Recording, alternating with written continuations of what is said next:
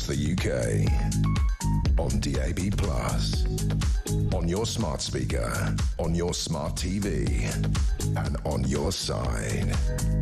This is Talk.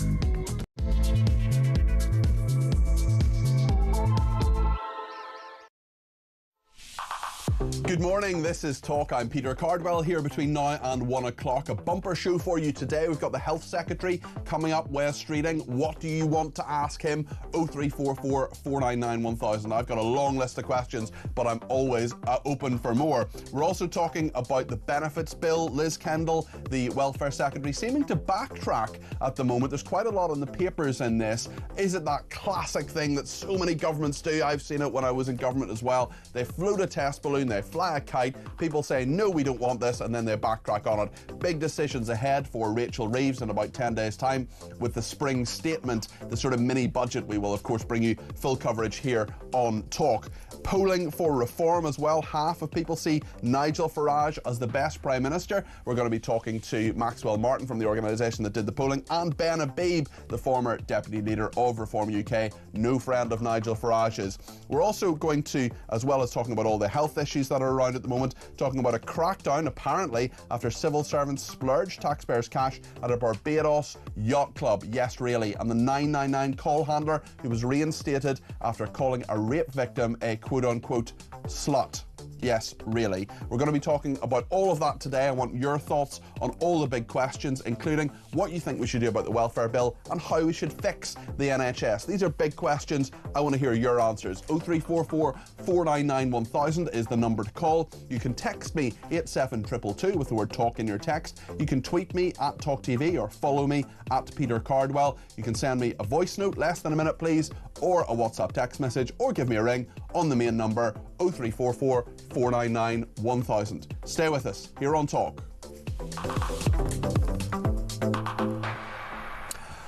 Let's go straight to the debate desk. We've got someone here physically and someone here virtually. Ben Habib is the chairman of the Great British Political Action Committee. He's a former MEP. He's a former Brexiteer. He's a former Deputy Leader of Reform UK. Ben, good morning.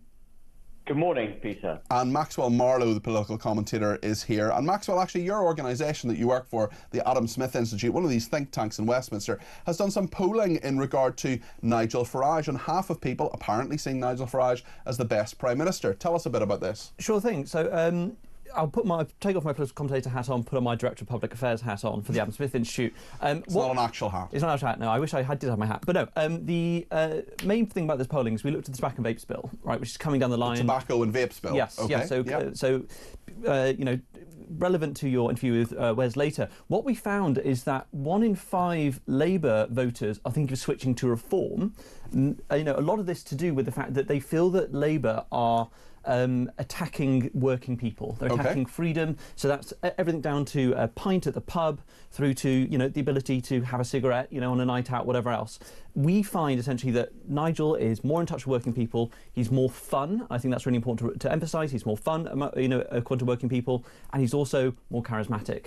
And what I'm concerned about with this polling is that, you know, if the government don't listen to it and they don't really change the tobacco and vapes bill, they could end up essentially losing a great swathe of those seats that they worked really hard to get last summer. So really big stuff here, and you know, I'm interested what Ben thinks about this, but we can see the Rupert Lowe affair not really having that much of a difference in how it's people interesting though, because certainly, Ben, as you will know, for Reform members and voters and a lot of our viewers and listeners who may or may not be members of Reform UK, the Rupert Lowe affair over the past 2 weeks, 10 days really, has been a huge thing. Elon Musk has been involved as well. But when you see polling saying that Nigel Farage is the best Prime Minister according to about half of people, and that they see him as fun and charismatic, what's your reaction to that, Ben?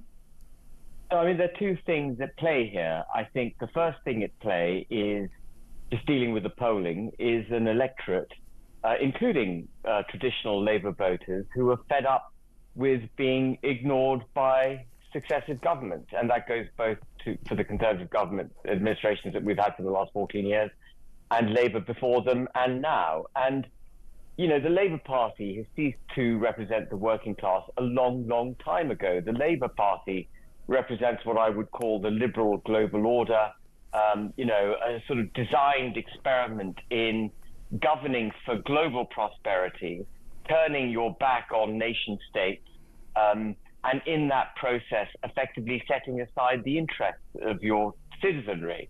And the Labour Party and the Conservative Party governed broadly to the same principles.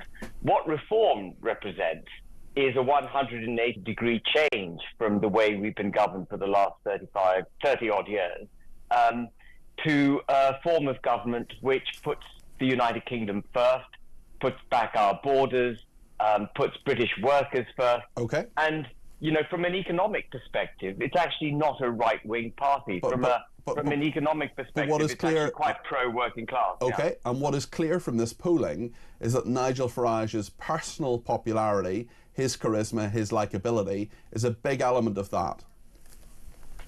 Absolutely, and Nigel is a fantastic campaigner. No one, I think, with the exception perhaps of Boris Johnson, has the same ability to campaign and garner support as Nigel does. But if you're driving at the fracas that's just, you know, we've had for the last week between Nigel and Rupert, that's not about polling. That's not about Nigel's inability to cut through to the electorate.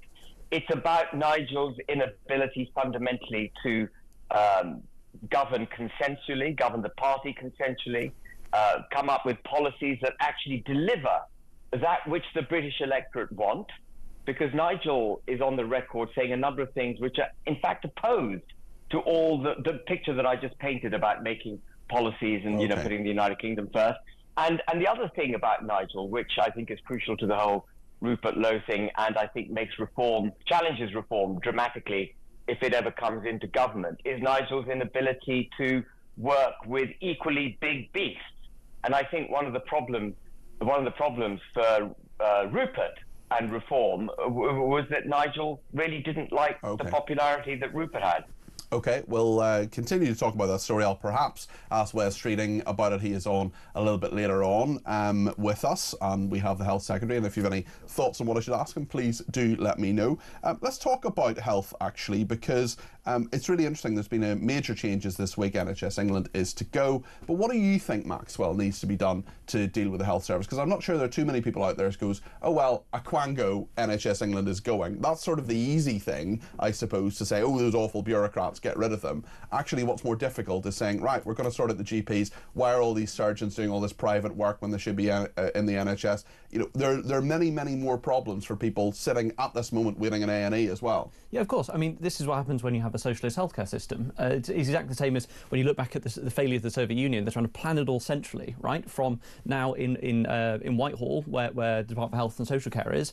I think the easiest thing to do, to be honest, is to burn it down and start again, because when it was brought in the 1940s, it worked absolutely fine for smaller populations. Burn it down and start again. What do you mean by that? I think we need to have a kind of a European-style social insurance system, right? Because the current system isn't working. We're one of the few countries in the world which has a centralised, single-payer system. We know it doesn't work. We know the Canadians are quite upset about theirs as well.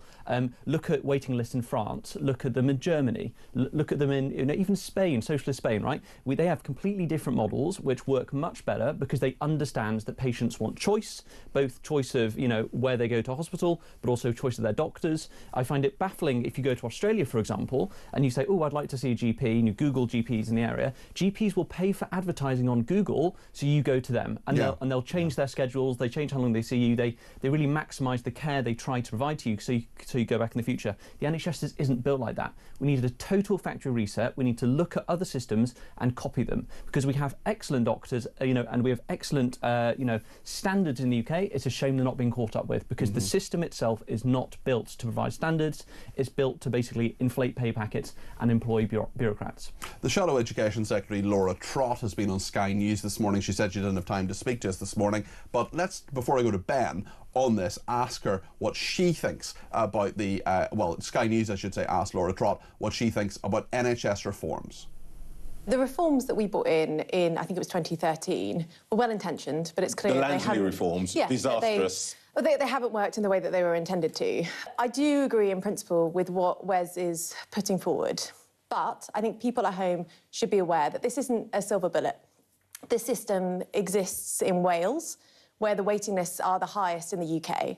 The changes will also result in costs and disruption And we'll need to see a very clear plan from the government for how that won't affect waiting lists further. I remember working as a young journalist for the BBC, for Newsnight at the time, covering those Andrew Lansley was the health secretary, those health reforms in great detail for Newsnight. We knew then they weren't going to work. Unsurprisingly, they didn't. NHS England was a body that I don't think was ever really fit for purpose. And now it's gone. Ben, do you think that's a good thing? Do you think patients will see any benefit from that necessarily?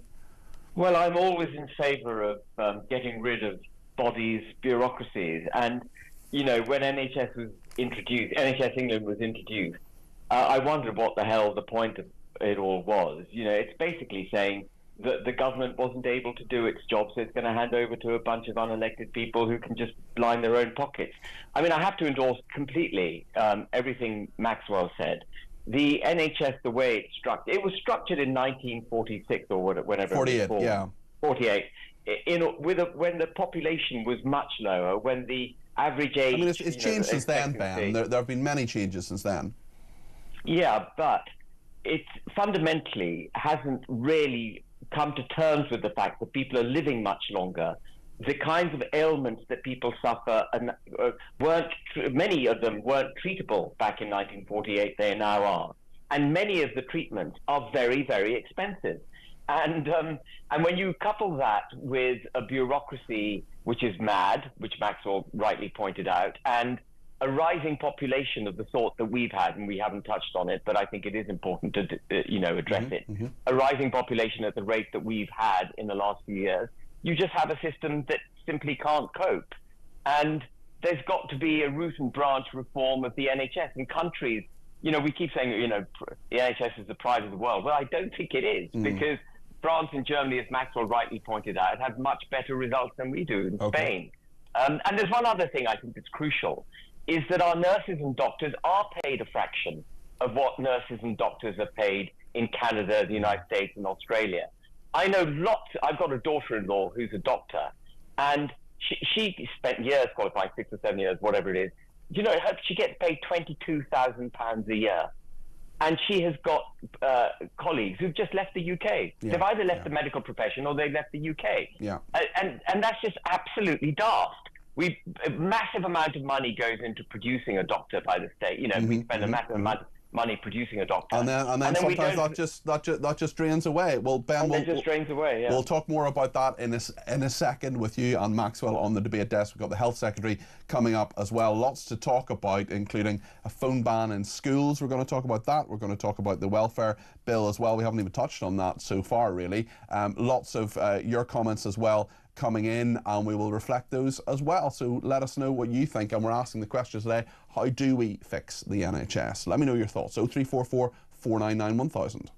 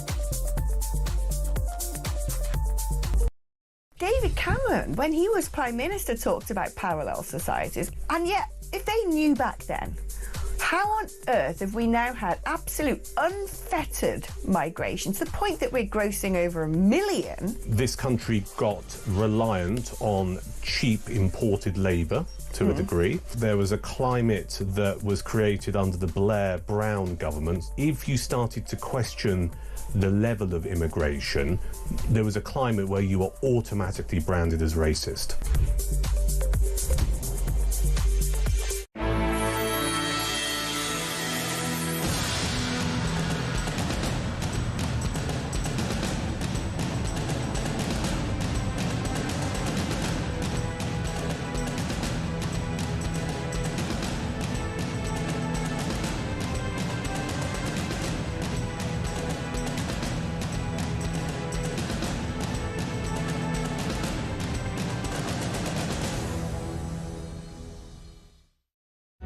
Across the UK, on DAB+, on your smart speaker, on your smart TV, and on your side. This is Talk. Thanks for all your messages this morning, including from Jane, who is talking about Rupert Lowe. She says, now Rupert Lowe is no longer part of Reform UK. He should be asked by the Prime Minister to run a Doge unit in Whitehall, similar to what Trump has been doing with Elon Musk. He would take no salary from the taxpayer, so I think he would be ideal, says Jane, and that would perhaps get rid of some of the waste. Brad in Cambridge says, Reform UK are facing the same issues Labour have faced for decades. There is a balance to be struck between being as radical as some members would like and making the party electable to the majority. Both Ben Habib and Rupert Lowe need to wind their necks in for the sake of the country. Dawn in Chelmsford says, I was chair of governors at a primary school. Out of 20 teachers, there was only one man. He felt that his job was difficult. If a child fell and was hurt, the female teachers would cuddle and comfort them. The man did not dare do the same, and I can totally get that. And I mean, I've never been a teacher, but I am someone who volunteers with a young man in the care system. He's now 20, but when he was 13, if he had fallen and gashed his knee, I'm not sure I would have cuddled him, because I think there are clear implications for that, and you need to be very, very careful. And the organisation that I did it through was just crying out for men to do it. You know, kids in the care system needing strong male role models. They just couldn't find enough young men to do it. So actually, I'll mention it to Maxwell Marlowe in the break. Maybe he can think about volunteering there. You'd be a good male role model. Right then, we're going to talk now a little bit about young people as well in schools, about the phone ban. And Laura Trott, who is the Shadow Education Secretary, the Education Secretary, Bridget Phillipson, has been talking about that this week. She says there's no rule for phones in schools. I wonder what you think about this. This is what Laura Trott told Sky News a little bit earlier on this morning.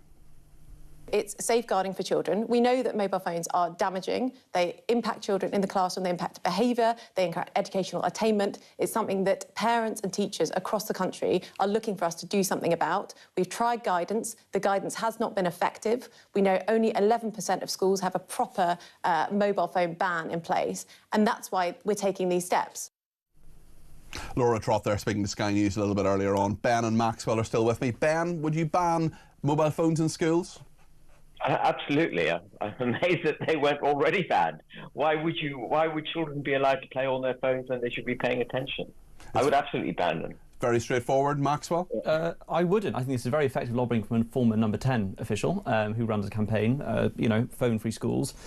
For me, I think this is a case of upskilling. I think we're moving into a very, very digital age. I think kids do want to, use their phones. I do think schools should have the authority, just as parents should. Let's not forget that parents should be, telling their children what to do. And if they don't want them on their phones, they shouldn't be on them. I think schools should be empowered to do it, but I don't think the law is required to change. But a lot happens through phones, doesn't it, Ben? You organise things through phones. There are a lot of schools that have screens rather than pen and paper these days. It might be quite difficult, actually, to get rid of, perhaps not phones, but all electronic devices necessarily.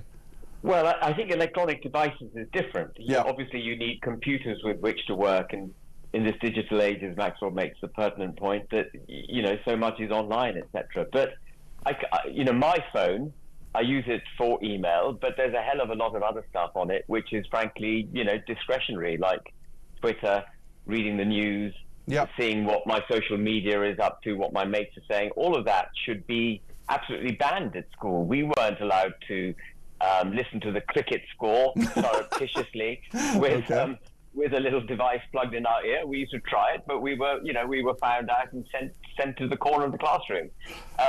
This whole thing with schools, it's a bit like the liberal global order, where the individual's rights are trumping everything else. And, to take it to its natural conclusion in terms of schools, children can, they've got a right to do whatever which they wish to, pleases them, which is absurd. But they don't, because they shouldn't, because they should be taught. Lots to discuss on that, and also on the benefits bill as well. It seems that Liz Kendall, the Welfare Secretary, seems to be rowing back to some degree. John in Newport has been in touch on this and says, "Good morning, Peter. With regards to saving on the benefits budget, why do we not scrap the gold-plated pensions the public sector workers get? Why should they receive a higher pension than the private sector that pays for said person on salary?" Just a thought. Well, certainly pensions for public sector workers have changed in recent years, but certainly in the private sector, you'd be very, very lucky to get as good a salary as that. How much pressure do you think Labour's under here, Maxwell? Because we've got the spring statement coming up in about 10 days' time. Huge amount. I mean, the welfare bill is larger than the defence budget, right? To give you a scale of what we're looking at here.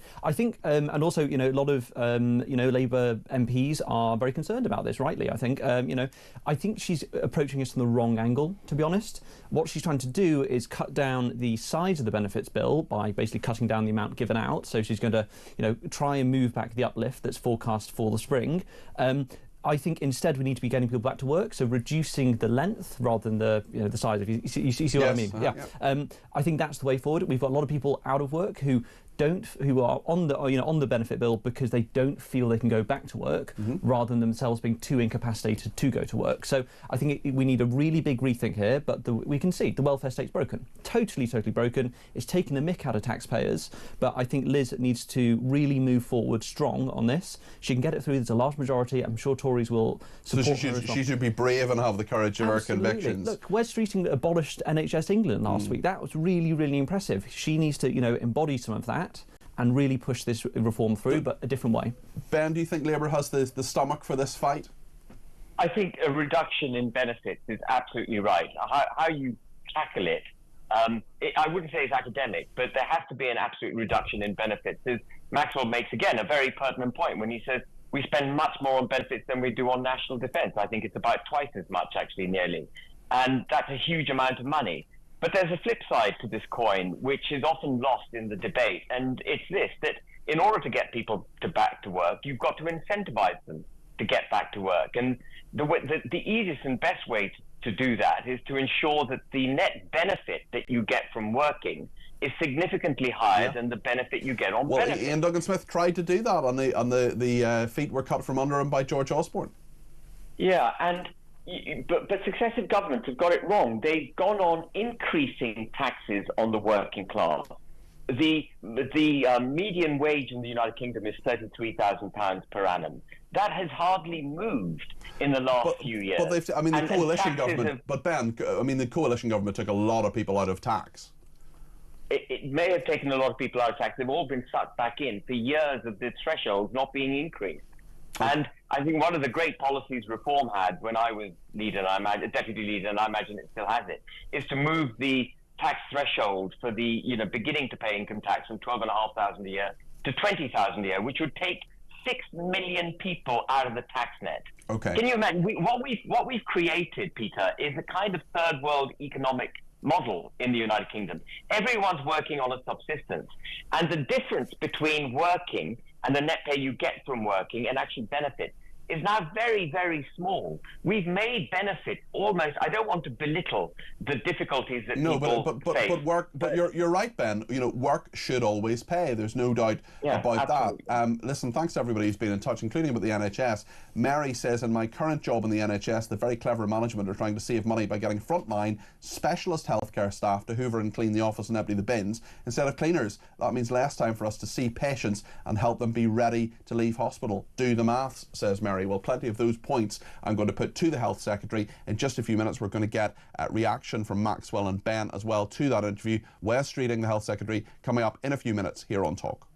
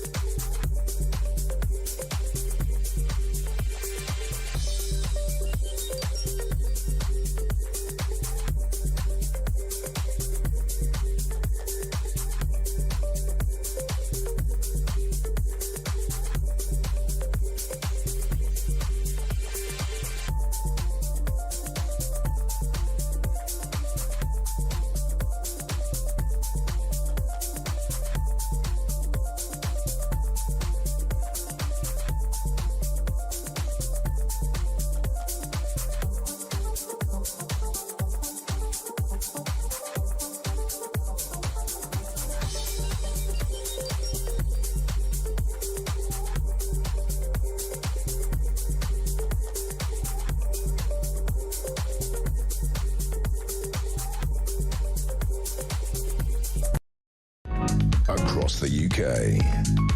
On DAB+, on your smart speaker, on your smart TV, and on your side. This is Talk. This is Talk, and we have the Health Secretary coming up in a few minutes. Let me just read a couple of these messages first and get a quick thought from Maxwell Marlowe and Ben Habib.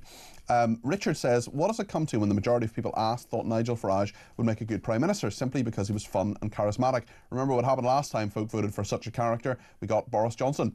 Penny in Essex says, my rage has bounced off the walls this morning at learning some migrants are being given driving lessons costing us £30,000 a year so far, and a migrant smuggler is staying in a 4-star hotel. We're talking about that a little bit later on, actually. 2 migrants who were interviewed in Calais said all know England is a soft touch, so we're prepared to take the risk. They both laughed. Why do our governments hate us, our own people, so much? It makes no sense, says Penny in Essex. Joanna in Salisbury says, Ben Habib says about Nigel Farage not being able to cope with big figures. How does that square with the fact that something like 77% of Reform don't know who Rupert Lowe is? Well, they may not know who he is, but he's still a very, very big personality. And I don't think it's 77% of Reform UK people. I think that's probably voters in general, perhaps. I don't know exactly, but I would imagine an awful lot of people in Reform UK know who Rupert Lowe is, given that he's one of their MPs.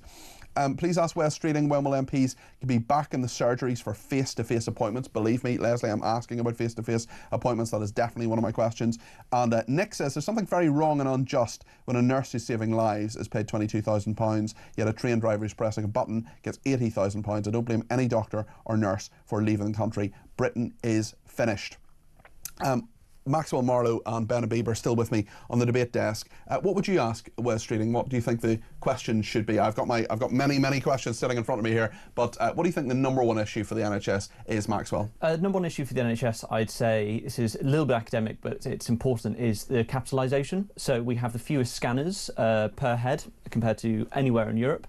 We have the fewest doctors per head than really anywhere in Europe. It's about resourcing, and the capital spend in the NHS is just not high enough. We spend more money on salaries, more money on systems, not enough on the things that we need to get, scans, to get treated, etc., etc. So those are big ones. And I would obviously, Peter, ask about the polling we've done at the Anti-Semitism. Very important. Yes, Ben, what's the number one issue for the NHS as far as you're concerned? Well, for me, it is, if I had to pick one issue, it's the retention of nurses and doctors in this country. Sure. We churn out 23,000 doctors a year, most of whom leave the country.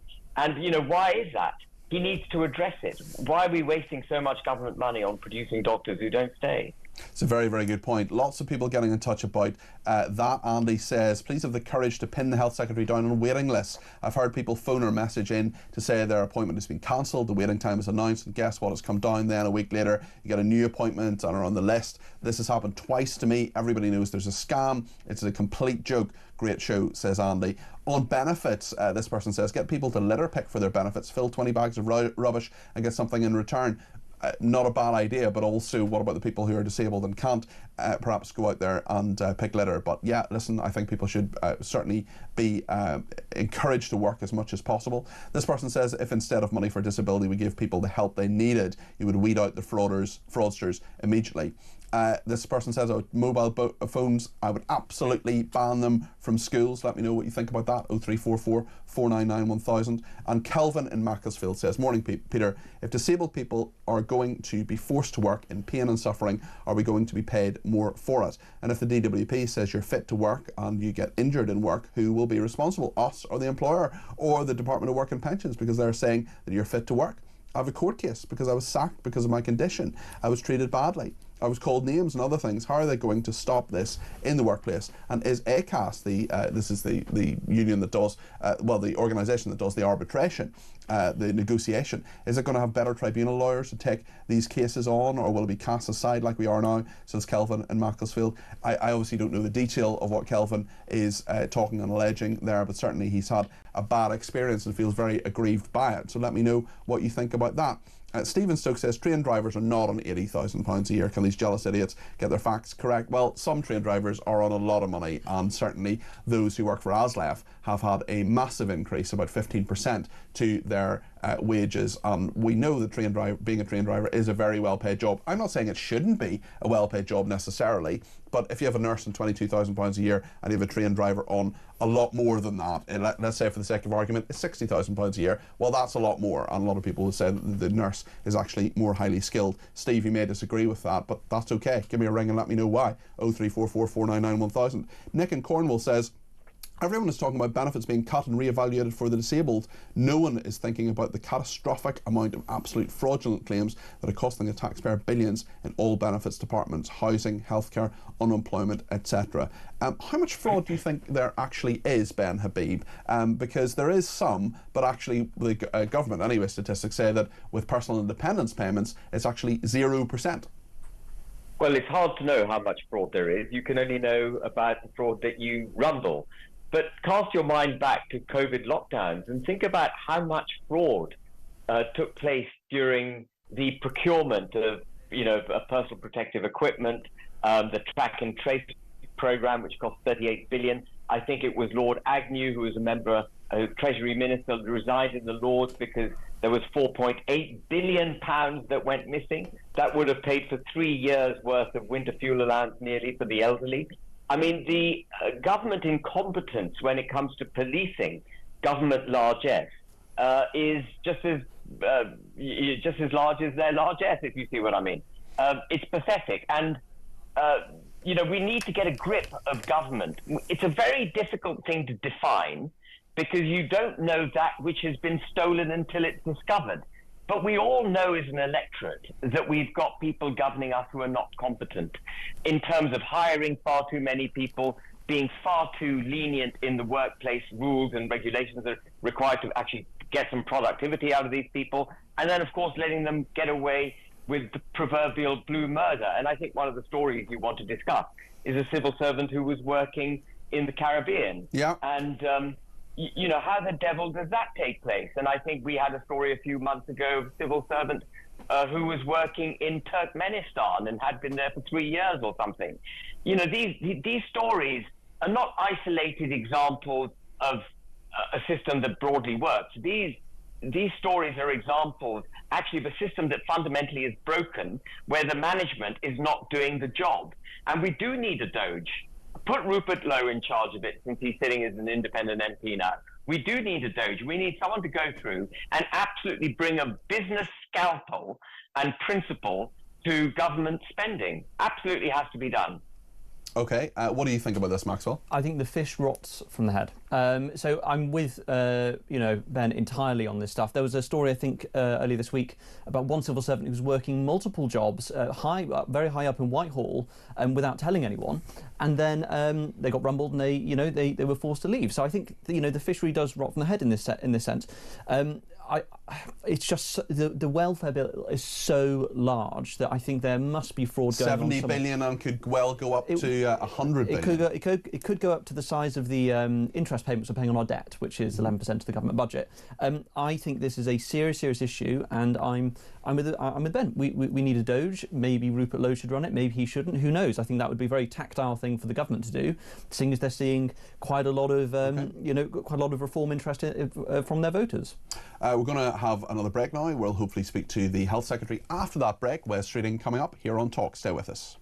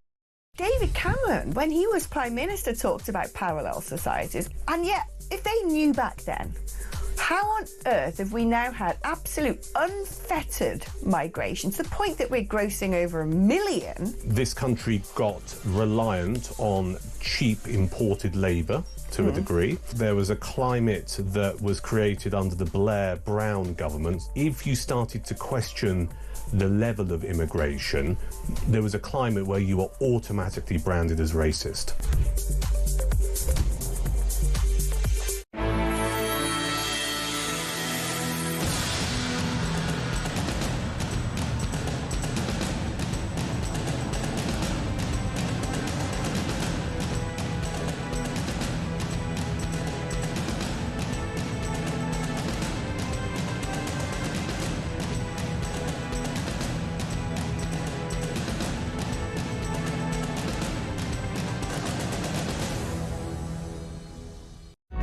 Across the UK, on DAB+, on your smart speaker, on your smart TV, and on your side. This is Talk. Jason in the Lake District has been in touch. He says, I was a scout leader in 2005 for a few years, and we were making shelters in the woods one evening. One of the boys, who was about 10 years old at the time, had lost his mum to suicide weeks before. He just broke down in tears in front of us all. I went over and put my arm around him to comfort him, as is natural. I'm a father. I was advised not to do that again in our debriefing meeting. For me, it was the most natural way to behave in that situation, given his age and situation. Jason, what have we come to as a country where you can't, as a scout leader, as someone who will have gone through all sorts of vetting to make sure that you're, there for the right reasons, I'm sure you absolutely are. You want to be good to these young men and young boys and treat them well and to give them great skills and life skills. They share something with you, they open up a trauma they've been through, and people raise an eyebrow when you try to comfort them. Horrendous. I just think it's very, very sad that that's where we are as a country.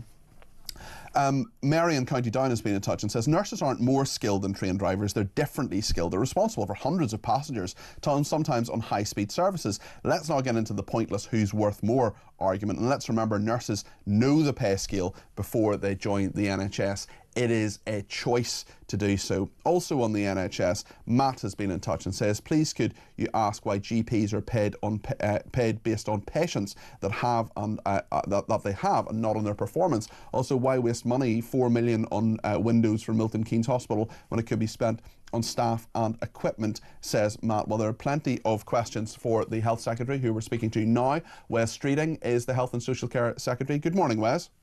Good morning. You scrapped NHS England. Well done. That's a good idea. I congratulate you for doing so. But that's the easy bit, isn't it? Sacking the administrators, the clipboard army, rather than taking on the underperforming hospital directors, the doctors and nurses. How are you going to do that? Well, it's only one part of what will be a big reform agenda to get the NHS back on its feet and make it fit for the future. And to be fair to them, my department and NHS England, they're not full of clipboard warriors. They're full of actually some really brilliant people doing their best for the public. Why are you sacking them then? But there's lots of waste, inefficiency, duplication. This is not a system that is delivering best value for patients and for taxpayers and sets up this system to succeed. I mean, there are effectively 2 head offices for the NHS. We need 1. It's double the size of what it was back in 2010. So we're going to reduce it by half, and we're going to save hundreds of millions of pounds we push closer to the front line. And we do need to hold leaders to account for delivery. That's why just this week, the new chief executive of the NHS had NHS leaders in London, because their financial plans for the year ahead are about £5 to £6 billion adrift. So we're dealing with that and getting those financial plans back in order, and you've seen some headlines about that. So we're gripping the system. We are delivering already. We've seen waiting lists fall 5 months in a row, over 190,000 people off NHS waiting list. Now that's a good start, especially during peak winter months, but we've got to go a lot further and faster than that. So I'm not patting on myself on the back or resting on my laurels here. There's a lot more to do, and that's why the reform agenda is so important. Okay, speaking of that issue of waiting lists, why aren't hospital theatres at higher capacity? NHS consultants often allowed to spend so much time on their private practice, racking up fortunes in the process. Yeah, it's one of the big reasons why productivity is a big part of our NHS reforms. And in fact, we've just started to see the results of our Further, Faster 20 initiative, where we're sending teams of top clinicians into hospitals with the highest waiting lists and highest numbers of people locally off work, off sick. And we are reducing waiting lists at those hospitals at double the rate of other NHS hospitals. So our reform agenda is beginning to bite, beginning to make an impact, but we are in the foothills of all of this, and that's why we're now putting our foot down the accelerator. You may well be on the foothills, but at the same time, the reform can happen. But how are you going to keep people? How are you going to retain newly qualified early career doctors? We've been hearing even this morning about people going to Australia, going to other countries where the salaries are just higher. Yeah, we're reforming our approach to workforce. We'll be publishing our 10-year plan in the coming months around the spending review. That's going to be a really important moment, because I recognise the challenge you mentioned. At the moment, we've got this absurd situation where we're training great doctors in this country and then shipping them off abroad because they haven't got good jobs or good career progression here. They're often competing with applicants from overseas for the same jobs. And, I've got a generous heart, but I don't feel that generous that I want to train Australia's doctors for them. I want to train people here and keep them here, and that's what we intend to do. Loads of people contact us every single day, Wes, here at Talk, to say that they can't see a GP, they're struggling to see a GP, or they're offered a phone appointment or a Zoom appointment, something like that, and they just want to see a GP face-to-face. Did doctors use the pandemic and the fact that there were lockdowns as an excuse to get to a system where they don't have to see as many patients face-to-face, because there's so many people desperate for those face-to-face appointments? Well, I think doctors are delivering around 1 million more appointments now than they were before the pandemic. And I'm not averse to, just speaking actually as a patient for a moment, I mean, I'm not averse to speaking to someone over the phone or down a camera. And neither am I, but people who want face-to-face appointments often can't get them, and they feel they're being fobbed off. Yeah, you're absolutely right. It's about choice as far as I'm concerned. The GP contract we've just agreed will give patients more power, more choice and ability to book appointments and things like that online. We are dragging the NHS into the 21st century. But will patients have the autonomy? That's my question, because there's so many people in our audience who feel that, this is the new normal. It's a struggle to get an appointment. You never get the person you want to see. You never see the GP you've seen before. Yeah, I want to see real choice and real power for patients, and that'll be a big part of the reform plan we publish around the spending review. Okay, it's really interesting in regard to what a lot of people are saying, and I have quite a few questions here from members of our audience. I'll just ask you a few of them. I know you're limited on time. One person says, does Wes Streeting agree that men attending hospitals should be asked if they're pregnant?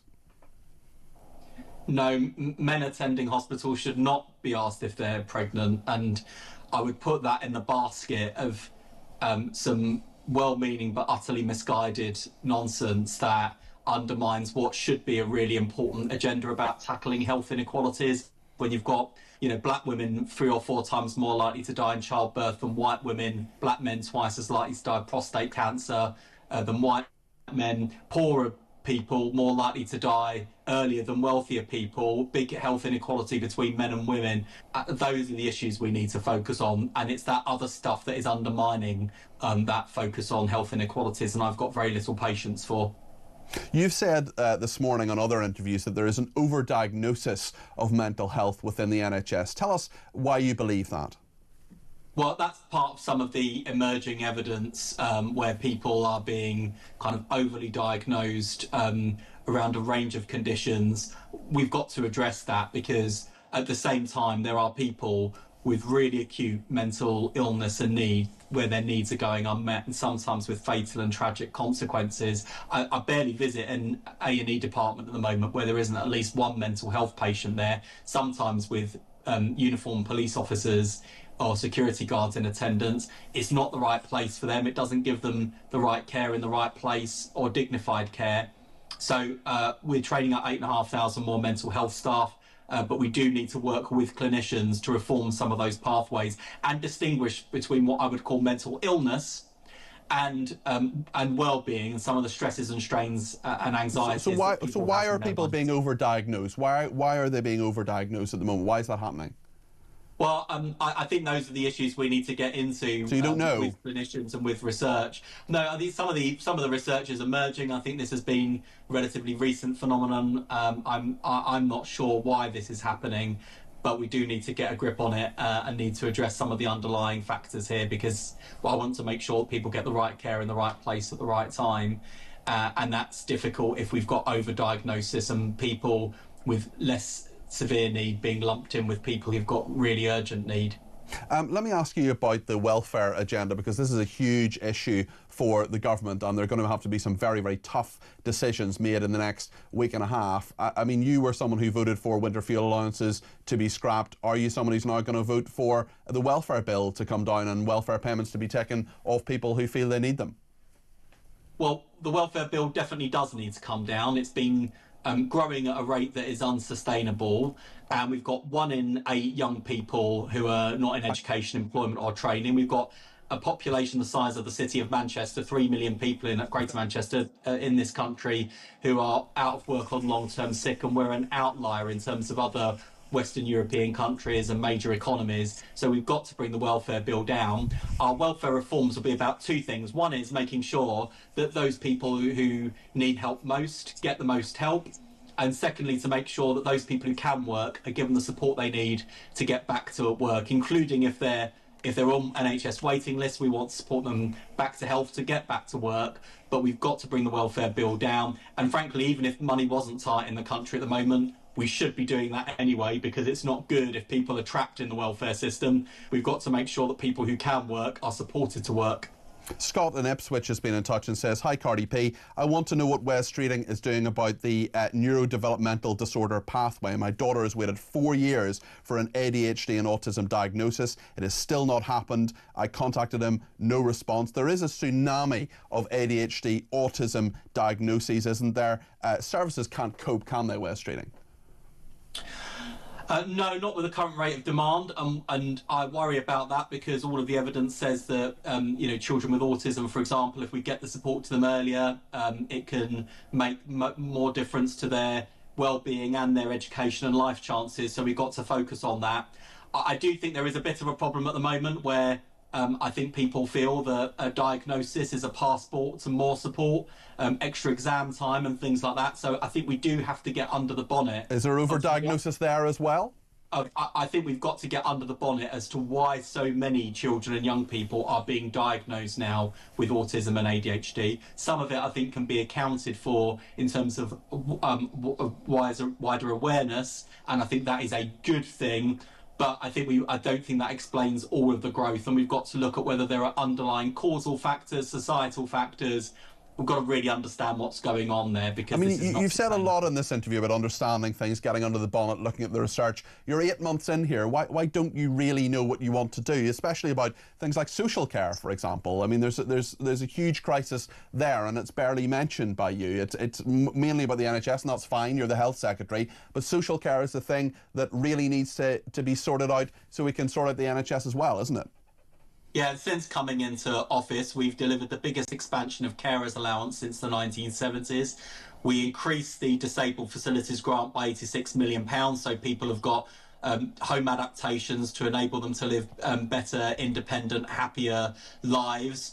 We've also delivered more funding through the budget. The fair pay agreements for care workers is in the Employment Rights Bill that's currently going through Parliament. That's a lot just on social care. We've cut NHS waiting lists 5 months in a row. We delivered the 2 million more appointments we promised 7 months early. The further faster teams we're sending into hospitals with high waiting lists and high numbers of people off work, off sick, are reducing waiting lists twice as fast as in other hospitals. We're rolling out 700,000 urgent dentistry appointments, rolling out toothbrushing for kids in areas of high levels of deprivation to stop them and getting tooth decay and ending up being admitted to hospital. So there's a lot going on, but there's a hell of a mountain to climb. And I know that at the next election, people will judge us on how much progress we've made. That's why the Prime Minister is emphasising the need not just for investment, but big reform. There are huge challenges in this country, and this government is facing up to them. Speaking about reform, GPs and community pharmacy leaders, they've told you they've told the government very plainly, very straightforwardly, they're facing a cliff edge next month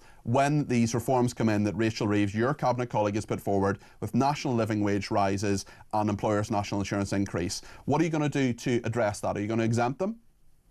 There are 889 million reasons why GPs are a bit more cheerful than you described, because that's the biggest uplift in funding for general practice in a generation, and that is made possible because of the decisions the Chancellor took at the budget. In fact, we just agreed a new contract with GPs for the first time since the pandemic. On community pharmacy, there are also challenges. We've been negotiating with community pharmacy leaders to help stabilise the system for the year ahead, again made possible thanks to the funding the Chancellor's provided through her budget. And but they're telling you it's a cliff edge. They're telling you very clearly, even with the extra money you've given them, they can't afford the rises that are going to come in on the 6th of April. I just don't agree with that characterisation. We've already agreed the GP contract. That will make a real difference for the year ahead. And on community pharmacy, there hasn't been an announcement yet because we've been negotiating with community pharmacies, but there will be a deal, I'm sure, and we'll be announcing that shortly. You've got in trouble on a number of occasions, Wes Streeting, for various tweets you've sent about John Moyer, about various people, about Susan Hall in the London mayoral elections. I wonder what you think of reform voters. Jason in the Lake District says, does he think that me as a reform voter, does he think I'm a white supremacist? No, I don't. And actually, I want to make sure that we are winning the widest possible support. That just because I've criticised a candidate in an election for the campaign they have run doesn't mean I'm criticising all of the supporters of that candidate. And, you know, we've got to make sure in this country that we are facing up to big challenges. We need a mandate to do that. That's how we won a big majority at the last election. And I hope that at the next election, people who voted for us last time stick with us, and people who didn't vote for us last time give Labour a look at what we've actually done in government, and hopefully by the next election see this country moving in the right direction. Wes Streeting, Health Secretary, thank you for joining me on Talk this morning. Lots of reaction coming in, including from Ben in Belfast. He says Wes Streeting is big on preventing people getting sick. GPs are central to that. You go in for a skin rash, they check your blood pressure and heart and find a potentially dangerous condition. Online and phone appointments simply cannot address that. And I mean, Ben's right, there's a lot of those million extra appointments that are going to be online and on the phone. Maxwell Marlowe and Ben Habib on the debate desk have been listening to that interview. Maxwell, what's your thought on this? I really like Wes, I must admit. I think it's good when a politician says they don't know the answer to something, and I'm glad he's doing his research behind this stuff. It's very complicated. I do think, though, there's a lot of classic PR lines coming out there. I mean, he's a politician, what do I expect?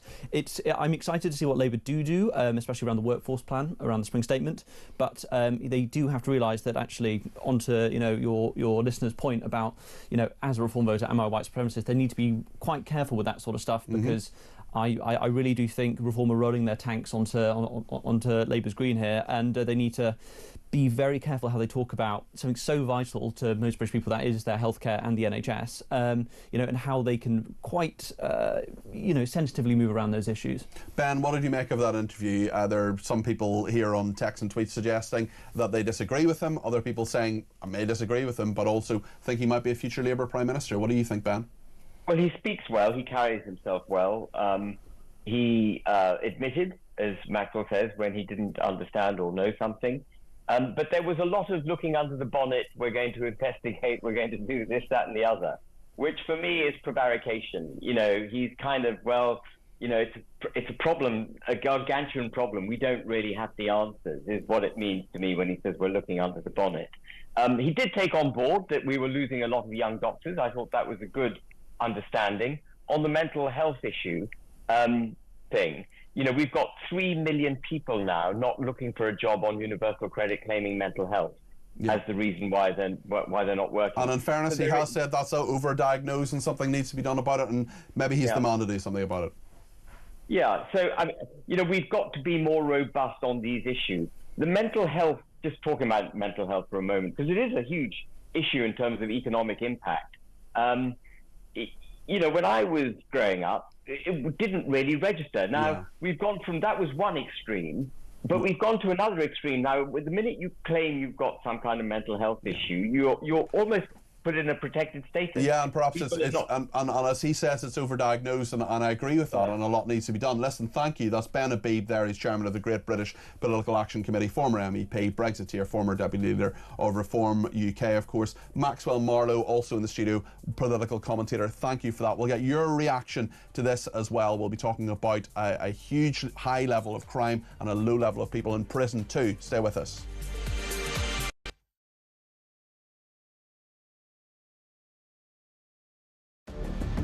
I can announce this government will begin the biggest sustained increase in defence spending since the end of the Cold War.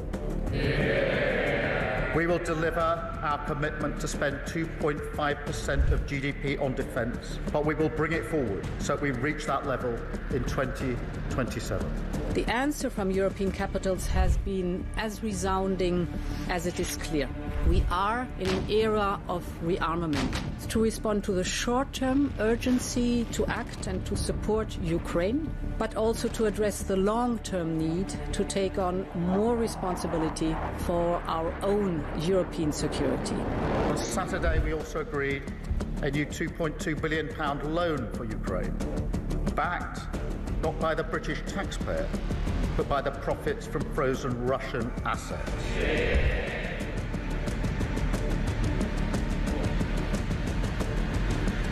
It is my pleasure to bring from His Majesty the King a letter. He sent his best wishes and his regards, of course, but he also asked me to bear this letter and bring it to you. So can I present the letter from the King to you? Thank you very much. Am I supposed to read it right now? Yeah, please do. I will do. I've got to tell him what your reaction is, so I need to know. I need to know. He is a great gentleman. A great, great gentleman. He said he thinks the war's going to go on for a long time, and he better not be right. Well, I just think he should be more appreciative, because this country has stuck with them through thick and thin. We've given them much more than Europe, and Europe should have given more than us, because as you know, that's right there, that's the border. What kind of diplomacy, JD, you are speaking about? What do you mean? I'm talking about the kind of diplomacy that's going to end the destruction of your country. Yes, but if you Mr. President, with respect, I think it's disrespectful for you to come into the Oval Office and try to litigate this in front of the American media. You're gambling with the lives of millions of people. You're gambling with World War III. You're gambling with World War III.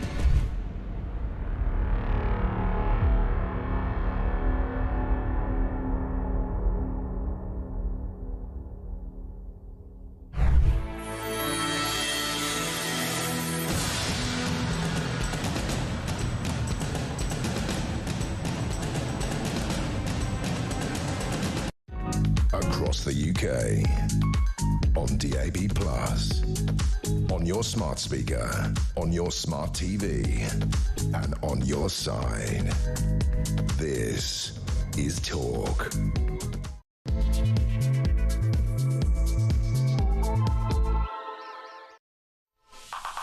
Good morning, I'm Peter Cardwell. This is Talk. I'm here between now and 1 o'clock, and we're asking the question, how do we fix the NHS? Well, we've had plenty of answers from the Health Secretary, Wes Streeting there. What did you think of that? Let me know your thoughts. 0344 499 1000. Plenty of people getting in touch on all sorts of issues this morning. We're going to talk in a second about UK crime. 99.5% of criminals don't go to jail. We'll also talk about the Met Police being sued after reinstating a 999 call handler who called a rape victim a quote-unquote slut. England and Wales' theft hotspots, maybe you're in one of them. There's a story later on this hour we're going to do which a lot of people are ignoring because it doesn't fit the narrative. We're going to talk to Jonathan Sakardodi, a journalist and broadcaster, about an absolutely horrendous story about a Muslim Islamist gang that kidnapped a Jewish man. It is a really interesting story. It is horrendous, and we never shy away from talking about anti-Semitism on this programme. Lots of people getting in touch. You can too. 0344 499 1000 is the number. You can text me 87222 with the word talk in your text. You can tweet me at talkTV. Follow me at Peter Cardwell. You can, of course, contact me with a voice note 0344 499 1000 via WhatsApp. Same way you send a voice note to anybody else. You can also use WhatsApp to send me a text message, or you can give me a ring on that number. Lots to talk about between now and 1 here on Talk. Stay with us. Well, I'm delighted Mike Neville is with me now, former Metropolitan Police Detective Chief Inspector. Mike, just this story about 99.5% of criminals don't go to jail. We're hear all the time about our jails being full, bursting, far too many people in them, but actually 99.5% of offenders avoiding jail. Data from the Ministry of Justice showing that as few as 1 in 200 crimes results in an offender actually being sent to prison in the year to September 2024. Just talk us through this, Mike. Well, it's incredible, isn't it? So there's about 13 million crimes committed. That's the ones that are reported. Yes, a lot of people say there's no point in reporting a crime. If you're poor and you don't have insurance, your house is burgled, you don't report it. So 30 million reported crimes. Of those, about 70,000 people are convicted and sent to prison. That's what they're talking about. And of course, if you're good at maths, you can divide 70,000 is 0.5% of 13 million. And what you have these people that are called hyper-prolific criminals, who are 10% of criminals who commit vast amounts of crime. More than half the offences committed by just 10% of convicts. There are people who are just bad, aren't there? There are people who are just bad. And what's worse about this, though, is what the other studies have shown, is that about 2,000 criminals a year who've got 50 or more convictions, so they've already got 50 convictions. So how many, these people have committed thousands of crimes to get 50 convictions, but about 2,000 a year are not put in prison. How do you not go to prison when you've got all the 50 or more convictions? Although David Gauke, at the moment the former Justice Secretary, leading a review saying that short sentences don't work. I mean, I used to work in the Ministry of Justice. I was there for 6 months as a special advisor, and you did see that if you send someone to prison for 3 months, kind of what's the point actually? What does it actually do? Does it punish them really? Is there a point in that? But at the same time, if you're the person who's been the victim of crime, you want that person to go to jail, even if it's for a few weeks. I'll tell you why it works. And I'm sick and tired of experts who come and, oh yes, we send them to prison and they come back out and commit lots of crime. What they don't tell you, of course, is they've got 20 convictions before they ever went to prison. Sometimes more. So they're telling lies, really. And I'll tell you what 3 months does. It sends a message to... I used to interview criminals, used to give me information. It's a dirty job, but it's interesting work. And you can talk to them. And the one thing criminals fear is going to jail. They don't fear community sentences. And I'll tell you, in that 3 months while they're in prison, they can't burgle your house, they can't sexually assault my wife, they can't steal from the local shop, and they can't cause misery on the local estate. And what we need to do is lock them up for longer, not 3 months. If short sentences don't work, well, then we'll try longer ones. Let's have a go at that. Longer sentences might be a good idea. The number of career criminals who missed out on prison time has nearly tripled, from 1,289 in 2007 to 3,325. This is these really prolific people with more than 50 convictions. Why are we not sending all these people to prison? Is it just capacity? Is it reluctance? What is it? Well, there's several things. We've seen these sentencing guidelines that came out. You know, only 3 months ago, two-tier justice was a right-wing conspiracy theory, and then they published a document which proved there is two-tier. Except it's now actually a thing. It's actually a thing. So you've got you've got this liberal left attitude that prisons don't work. Then you've got a whole failing through Labour, Conservative. All the mainstream parties have failed to give us enough prison places, so we can't send them to jail. And then, as I said, the sentencing guidelines, these judges, they often don't want they think that the offender is the victim or is a victim of society. I come from a council house. I don't go stealing things, I don't burgle things, but these sort of liberal left, middle class, champagne socialist individuals, they think criminals are the victims, and they forget about the people who have to live on these awful estates, who are victimised every day, whose lives are made a misery. And when these characters are sent to jail, it gives them a break. Let me just read you the first 2 paragraphs of a story on page 2 of The Sun today. You're talking about two-tier justice, you're talking about this sentencing council, this ludicrous, absolutely ludicrous idea that you should be given or at least the suggestion should be that you should be given a shorter sentence simply because of your ethnicity, your sexuality, or whatever. It's about the crime you commit. The bit I like is when David Lammy, who wrote a paper on this, saying, well, you know, the magistrates might not identify with these people, they might not understand their background, they might not understand what it's like to be, you know, a black man who's poor. Well, they might not understand what it's like to be a paedophile, a rapist, or a murderer either, but they're giving out a sentence about that anyway. I'm going to read these couple of sentences. A judge on the Quango, which approved controversial two-tiered justice rules, once delayed sentencing so a paedophile could go on holiday. Sentencing Council member Amanda Rippon let Christopher Cook, 30, go with family to the Lake District in 2018 after he admitted trying to have sex with a girl of 14. Well, the thing is, you put your head in your hands, but the trouble is, Peter, these people are in charge. This is the issue. And there's also the ongoing dishonesty of what a sentence means. I remember being a young policeman, and I arrested this guy. I thought, how's he on the streets? Because what he'd done, he'd broken into a house and raped a woman. So he was prosecuted for and convicted of burglary and rape. He got 9 years for rape and 2 for burglary. Now, in anybody's mind, 9 plus 2 is 11. Oh, no. The 2 is concurrent, so it's 9. He serves half, so 9 plus 2 is, in fact, 4.5. And it would be less than that now because they do 40% of their time in jail. So the whole system is built on dishonesty, and it's run by people who really don't think that prison is a good thing, and that the criminals are the victims of a society. We need a wholesale change because it's polluted. The water is polluted in the justice system. The wrong people are running it. It's, I mean, how do you think it should be run? What changes can realistically be made? Because there are a lot of, I'm sure, rank and file police officers, maybe even listening to this, maybe they're sitting in their squad car listening to this, they're on patrol or whatever, and they're thinking, actually, I want to do my job, I want to do it well, I want to protect the public, but of course they follow the guidelines and the orders that they're given. But so with the police officers, they need to be focused on crime. And there's out there on the streets right now, there are officers who today will face a gun, a knife, violence or whatever, who bravely try to do that. It's not they're doing the way they are. It's the senior police officers who, rather than supporting their officers, are writing race action plans and stop and search charters, rather than saying, my officers can't help who commits crime, they do things fairly, but it's not their fault that certain ethnicities commit more crime than others. So the senior officers could support them. When criminals go to court, they should get proper sentences.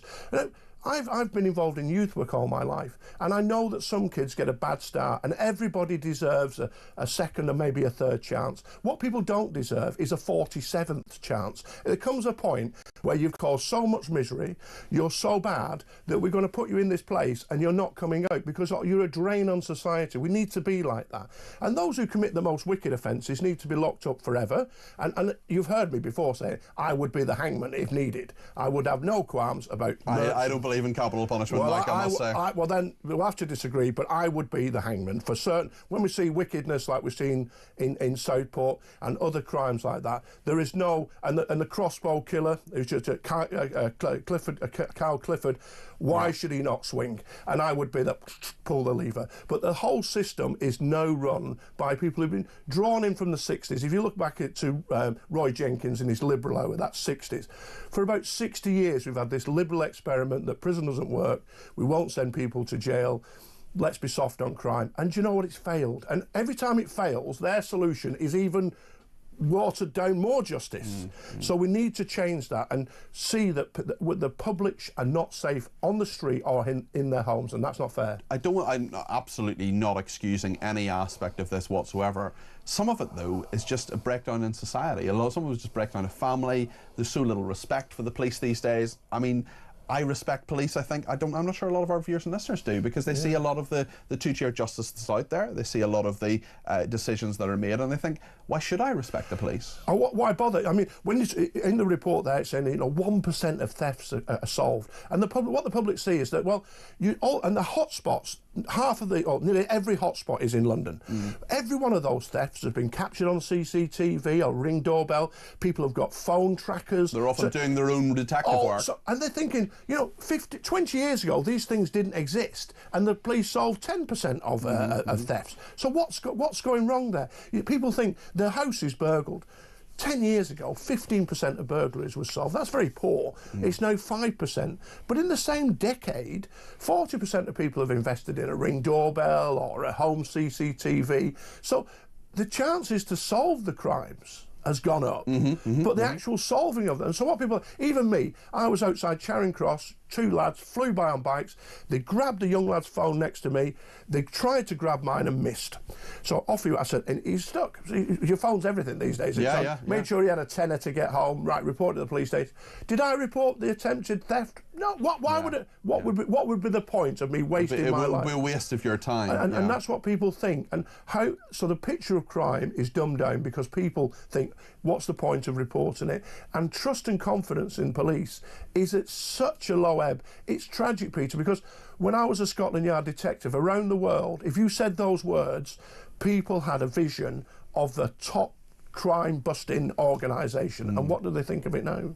I want to ask you about another story in the news. This is in the Sunday Telegraph. There is a woman suing the Metropolitan Police for a constructive dismissal, claiming she can no longer work alongside a staff member who she alleges that there was a call, a 999 call. She'd been sitting next to the man as he was taking a digital report from an alleged rape victim. The alleged victim explained how she had become pregnant as a result of the rape, the alleged rape, and had also contracted a sexually transmitted infection. This person, Izzy Vine, who is suing the Met for constructive dismissal, said at that point her male colleague had used his hand to cover his mouth and commented, "She sounds like a slut." Later in the shift, Ms. Vine claimed she had been on a call herself when the male colleague nudged her and said, "Can I be unkind? I've just had a call from an immigrant." I'm not sure those kind of people should be working, taking 999 calls. Absolutely. You wouldn't have that person. If you were in a restaurant, you wouldn't have people speaking to customers like that, would you? Or any member of staff. The police are there to help people. You're dealing with the most vulnerable people. When they ring up, often people are ringing up and they're absolutely... Oh, you're desperate.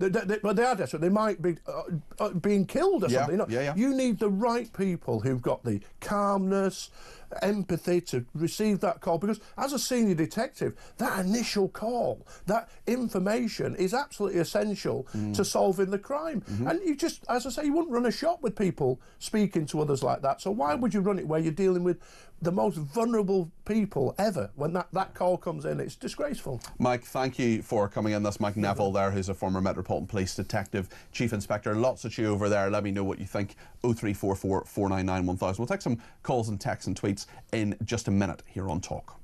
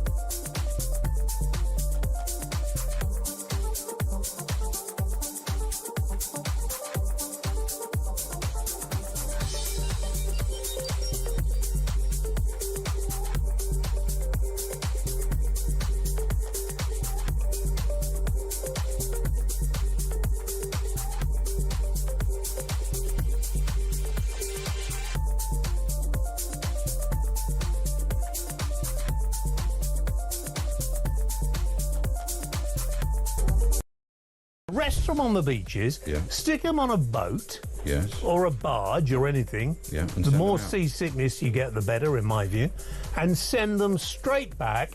For a and illegals and people who commit crimes like raping working class girls, kick all them out. All of them. That's a couple of million, 3 million. But you know, you can't just say mass deportation. Well, 2 or 3 million is a mass deportation, needs to be done. You couldn't do 3 million.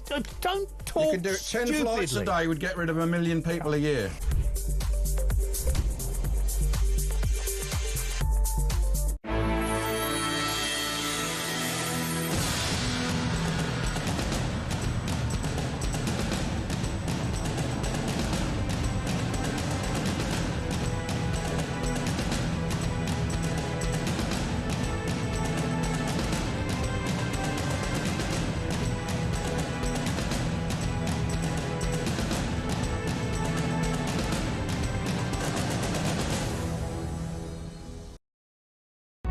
across the UK, on DAB+, on your smart speaker, on your smart TV, and on your side. This is Talk. There's an absolutely shocking story from Wales about 3 Muslims who kidnapped a Jewish man, abused him, threatened him, tried to keep him as a prisoner. He described the ordeal as my own personal 7th of October. Well, what happened? Why did it happen? How was it allowed to happen? We'll be talking to Jonathan Sacerdote, the journalist and broadcaster, in just a few minutes. This is a story that so many media outlets are completely ignoring. There's also another story in Ireland about an Israeli being spat at as well, and anti-Semitic remarks made there. It's horrendous. We're not ignoring it. We're talking about it. We're giving you the stories, as we often do on this show, on this station, that so much of the media ignores. We also don't ignore you. We want your calls, texts and tweets to come in. Claire has sent a voice note in regard to Ben Habib's comments on Nigel Farage and benefits as well. This is what Claire has to say. Morning, Peter. Claire from the Wirral, always an avid watcher and listener. I agree with Ben. Unfortunately, Nigel is trying to be a uni-party, trying to please all, and this is what happened to the left-leaning Tory party. Of course, we need to deport illegals on cost grounds. So the illegals will keep on growing and our country will be paying out for them and wiping for an eternity. So how much is that going to cost us in the long run? It's not cost-effective compared to jetting them out. Clara, thanks for your comments. Thanks for your warm comments. Dave's quite busy, and bleeping things out isn't great. So if we could just keep the bad language to a minimum, that would be great. But Clara, I appreciate your support and saying that you watch the programmes as well. It's very kind of you. Thank you for doing so. Judy is in West Yorkshire and has some thoughts on cutting benefits. Good morning. It's Judy from Altofts, West Yorkshire. I think that unemployment benefits should only be paid for 6 months. And then you have got to accept any job. And they should start by those who have never had a job in their life. I mean, we all know someone who's never worked a day. Yeah. Get them jobs and tell them they've got to do them. Also, when you come to this country, you're not allowed to claim any benefits for at least 10 years. That should slash everything. There's jobs, plenty of jobs about. So I think that would work. Judy, good thoughts there. I think a lot of people will agree with you. I remember there was one person in my life who never had a job and, well, did for a while and then didn't for a lot of this person's life. And one of the relatives of that person, I remember my family was talking to the relative and said, how is this person? And the relative said, oh, haven't you heard about his allergy? Dad said, sorry, allergy? Allergy to work. So there we are. Yes, some people are allergic to work. Some people are absolutely, genuinely in need of benefits, genuinely disabled, or they're, between a period where they can find work. But there's so many people I know. There's one person I know in my life at the moment who's recently just lost his job, actually. And the first thing he's doing is join the job centre. He's applying for jobs. He's applying for McDonald's. He's applying for Tesco's. He's applying for anything to get him out of the house, get work. He wants to be someone who contributes to society. We're talking a lot about the NHS. Today as well. We're talking about how we would fix the NHS and people's experience of the NHS. Linda is in Dorset, and Linda, really interesting. I always get, sometimes people ask me, how do you know what the people are going to talk about?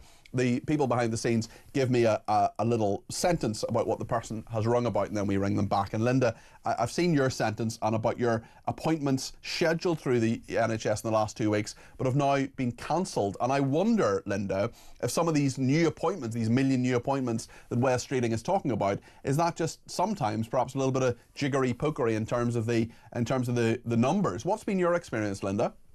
Well, I think you're right there, jiggery pokery. Yeah, I mean, they were only dental appointments because I've had mouth cancer.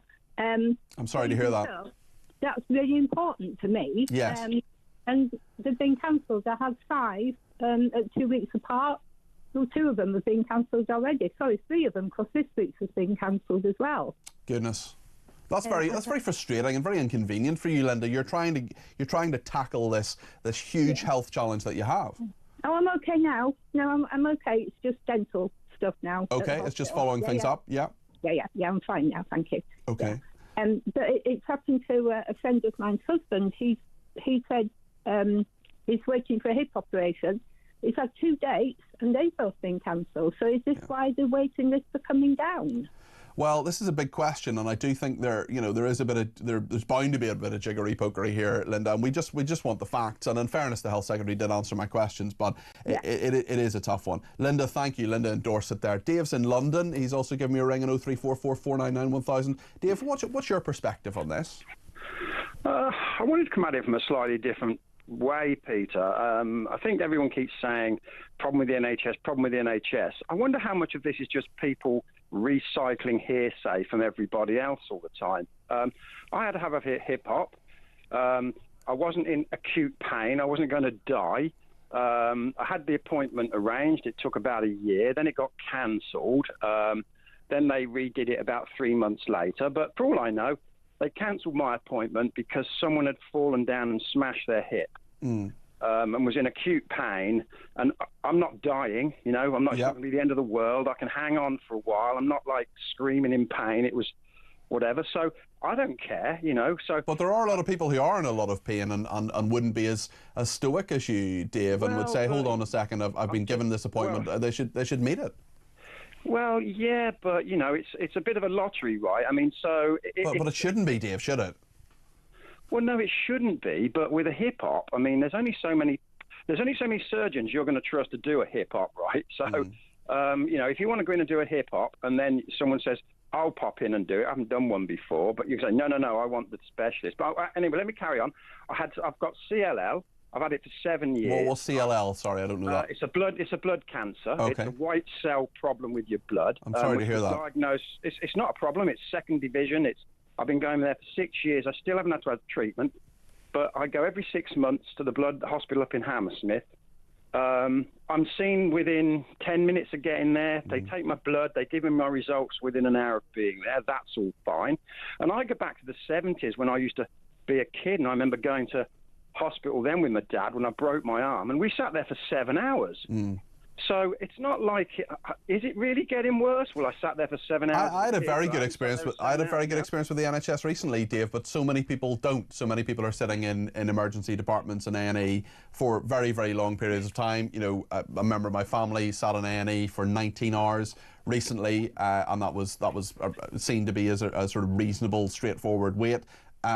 Different people, as you said, as a lottery, people just have very, very different experiences. And Dave, thanks for telling me yours, and I wish you well with your health conditions there. He was talking about hip operations there rather than hip hop, just to be clear. Simon says, with regards to personal independence payments, why not start by taking them off the people who are locked up in our prisons? Also regarding the health service, why do we pay more for things like drugs than a local high street chemist? Adam in Chester says, great listening to Wes Streeting, but what about Wales? That's had the Labour treatment for years. NHS Wales delivers services through 7 local health boards and 3 NHS trusts for 3 million people, compared to NHS Manchester that delivers to 2.8 million people. They're just moving people around and not cutting costs or increasing efficiency, says Adam. Neil says, Cardi P, great interview with Wes Streeting, but wasn't it interesting that when asked about the absurdity of men asked if a man was pregnant, he responded with, and I paraphrase, black women in childbirth and black male with prostate. Again, white people being marginalised. Well, in fairness, Neil, Wes Streeting was saying there are certain ethnicities that are more likely, for example, black men are more likely to get prostate cancer. Therefore, it's more important to ask black men about that. Everybody should be asked at a certain age, and prostate examinations, never pleasant, should be done for men of all ages. But I think he was saying, I think the point he was making, Neil, I hope I'm being fair to Wes Streeting, was that asking men if they're pregnant is ludicrous, which I think he was pretty straightforward about. But also, there are health inequalities due to ethnicity, some of them factually, because of scientific reasons. Well, actually, those are the things we should be focusing on rather than asking men if they're pregnant, which is obviously absurd. Paul says, why have they got to concentrate on black or white? I'm not racist. I had a Jamaican father-in-law. I didn't treat him any differently to anybody else. John in Amesbury says, I'm a forces veteran with medically retired police officer, ill since 2009, diagnosed with severe complex combat-related PTSD in 2010. I've been through combat stress, help for heroes. Both can't help due to the severity. NHS Mental Health say I've had 6 sections of therapy and should be fixed. Consultant psychiatrist agrees I need lifelong treatment. I no longer have a GP as the GP got struck off and get no help or support from the NHS. Where and what am I meant to do, says John. John, I'm so sorry to hear that you've had such a terrible experience. Have you contacted the Ministry of Defence? Have you contacted your local MP, for example? This is exactly the kind of stuff that the caseworkers are meant to do, are meant to help with at MPs' offices. This is exactly the kind of complex issue that they're meant to help with. Your MP should be writing a letter to the authority saying, sort John out, give him what he needs, and perhaps that bit of extra heft from your MP might be a good idea. I've recommended that to other people when they've had complex problems. Sometimes it has helped. So maybe that's something that you should do, John. Maybe you've tried that, but your elected representatives are there to help you. They should be helping you. They should be representing you. And there's a great, if you don't know who your MP is or you don't know who your councillors are, there's a fantastic website called writetothem.com, writetothem.com. And you can put in your postcode and I can tell you exactly who your representatives are for your local area, and I highly recommend that. Let's get another voice note now from Kelvin on benefits. Let's hear what Kelvin has to say. Morning, Peter. On the subject of the benefit system, if they think people on benefits are taking all the money out to the system, why aren't they looking at all the benefits they pay out for migrants? Surely they're taking far more out of the system than anybody that's sick and disabled, but they don't stop their benefits, do they? And more come every day, and they still keep getting the same things every day. It's ridiculous. The priorities are totally wrong in this country. Forcing people now, working class, sick and disabled, we're all being used as slaves to pay for the migrants coming here because they want them here. What a joke. What a stupid country. Anyway, thanks, bye. Thank you, Kelvin. I think a lot of people feel your frustration. Dave has been in touch on crime. Good morning, Peter. Dave here. Reference the crime and longer sentences, etc., etc. We have for the last 60 to 70 years imported various cultures from around the world that do not assimilate to ours. You just have to look at all the translation documents in hospital. If you can't speak English, we will get you an interpreter. They should be bringing their own interpreters. As for crime, you just have to look at the difference in population. The statistics show it's largely a lot of foreigners causing crime. Good show, mate. Some of the statistics are really shocking. I mean, the majority of foreigners who come here, absolutely fine, don't commit crime, contribute to the economy in some way. But there are certain countries, like Albania, for example, and this is factual, this came out this week. 2 in 5, 40% of people who have come here from Albania are convicted of a crime. Not commit crimes, convicted of crime. I'm not talking about the stuff they get away with. I'm talking about the people that are actually convicted of crimes. 40%. You're talking about thousands of people coming here from Albania and other countries as well. The statistics are shocking. They're out this week. The government doesn't want to talk about them because it's inconvenient. It doesn't fit in with the narrative. The fact is that 40% of people who come here from Albania commit crimes. That is factual. Should we do something about that? Of course we should. Is that something we should be talking about? Of course it is. Another thing we should be talking about is anti-Semitism. I talk about it a lot on this programme because it is growing. It is really, really worrying. And there's an attack in Wales on a Jewish man, a racially motivated attack that we're going to talk about with Jonathan Sacerdoti in a second. It's a shocking, shocking one. We're also going to talk about what has happened in Ireland, another anti-Semitic attack. And, you may think again in regard to visiting Ireland as a result of some of the anti-Semitism that is there. Let's talk about that in just a few minutes here on Talk.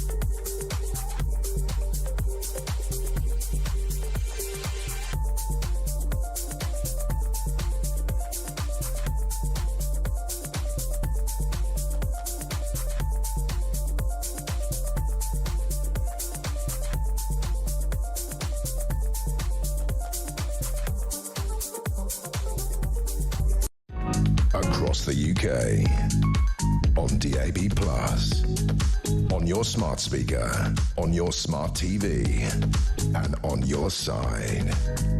This is Talk. Andy's been in touch and says, thank you, Peter, for reading my comment on waiting lists out to your audience. Unfortunately, like a lot of government ministers, Wes Streeting never answered the question on the NHS. It's as bad now as it was when he took over. Jane says, hopefully the waiting lists haven't come down due to freezing pensioners. Good interview with Wes. He did answer your questions. Perhaps he will come into the studio one day and answer some more. Yeah, I'm always happy to speak to government ministers, and if they want to come in, they're very, very welcome. In fairness, we've had 2 government ministers this weekend. The Veterans Minister was yesterday. You can watch that on the app or on the website as well. Jackie says you can't fix the NHS until you change the system. It is the second bottom of the league in the healthcare systems. No one has ever copied it in the world because it doesn't work. Wes Streeting's policies are sticking plasters. I want to talk about a story now you may not have heard, and the reason you may not have heard it is because it doesn't fit the narrative, and there's so much of the media that doesn't like to report these stories in any great depth. This is an absolutely horrendous story. 3 Muslim men in Wales kidnapping a Jewish man, abusing him, threatening him, trying to keep him as prisoner. Clear political and religious motivations, according to the prosecutor. One message on an encrypted Telegram group stating, all 3 of us have complete 100% faith in Allah, so we can't fail. The man who was targeted by this went through an absolutely horrendous ordeal. Ite Kashti described the ordeal as my own personal 7th of October. I was kicked to the head several times, handcuffed to a radiator, forced to lie down on the floor. I was threatened and told if I tried to escape, I'd be killed. The awful attack of the 7th of October was flashing through my mind as I lay restrained on the floor in handcuffs. And actually, I mean, we know that one of the men said, I know this guy is involved in West Bank settlements, taking Palestinians' land. Absolutely horrendous political, religious motivations here. Let's talk to Jonathan Sacerdoti, who has done a lot to get this story into the public domain and make sure that people are actually talking about it. We're going to talk about it now with Jonathan. Jonathan, it's hard to know where to begin with this because there's such a horrendous cruelty here and clear anti-Semitism. That's right, Peter, and thank you for covering this story because I, like you, was very shocked that it really hadn't dominated national headlines extensively. 3 Muslims in Wales kidnapping a Jewish man because he's Jewish, because they assumed he was rich, because they had some kind of political and religious animosity towards him, and keeping him prisoner, only thanks to his own ability to escape and that of his cab driver who had taken him there unwittingly. He wasn't part of the plot. That's the only reason that they were caught, that perhaps he's even with us today. And so to know that that sort of thing is going on in the United Kingdom, and yet it did have some media coverage, but really very little. It did remind me, actually, of a story from some time ago, which happened in Paris. And that was the story of Ilan Halimi, who was kidnapped in 2006. And he was a Jewish mobile phone salesman kidnapped by a primarily Muslim group then, who called themselves a gang of barbarians. And they believed that Jews are rich, and they kept demanding huge sums of money from his family.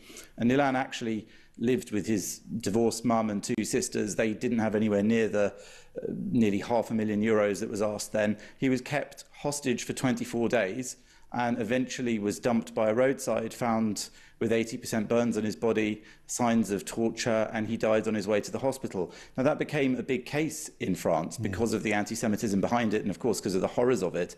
It really is only by the grace of God that we're not looking at something similar here today because Itai Kashti managed to escape. But I would say that bearing that in mind, the sentencing we have in this country is also really very low. These men got 8 years and 1 month for this crime. In other countries, including the US, you can get 20 years for kidnapping of this type. And the fact that it was racially and religiously aggravated also, in my opinion, should make the sentencing much higher. Just tell us some of the detail that you've read and heard about this, Jonathan, because, I mean, they rented a remote cottage for a week, stocked it with enough supplies to hold Mr. Kashti until a ransom was paid. These are hateful, horrible people. 8 years doesn't seem like nearly long enough, especially as they probably won't serve all of that.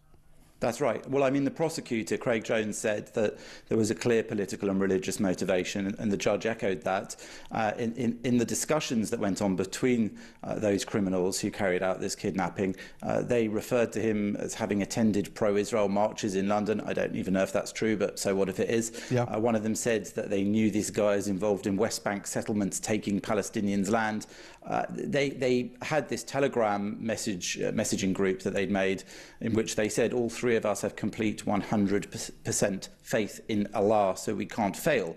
So things like that make it absolutely blindingly clear that this is just one of the more alarming and better known now cases of Muslim anti-Semitism that many Jews in the country are extremely afraid of, in fact around the world, because some degree of hatred towards Jews is actually fundamental to certain people's belief in Islam. You could even say that it can be found in the Quran and in certain other fundamental and central texts to Islam. So there is clearly a problem there that society is very afraid to talk about.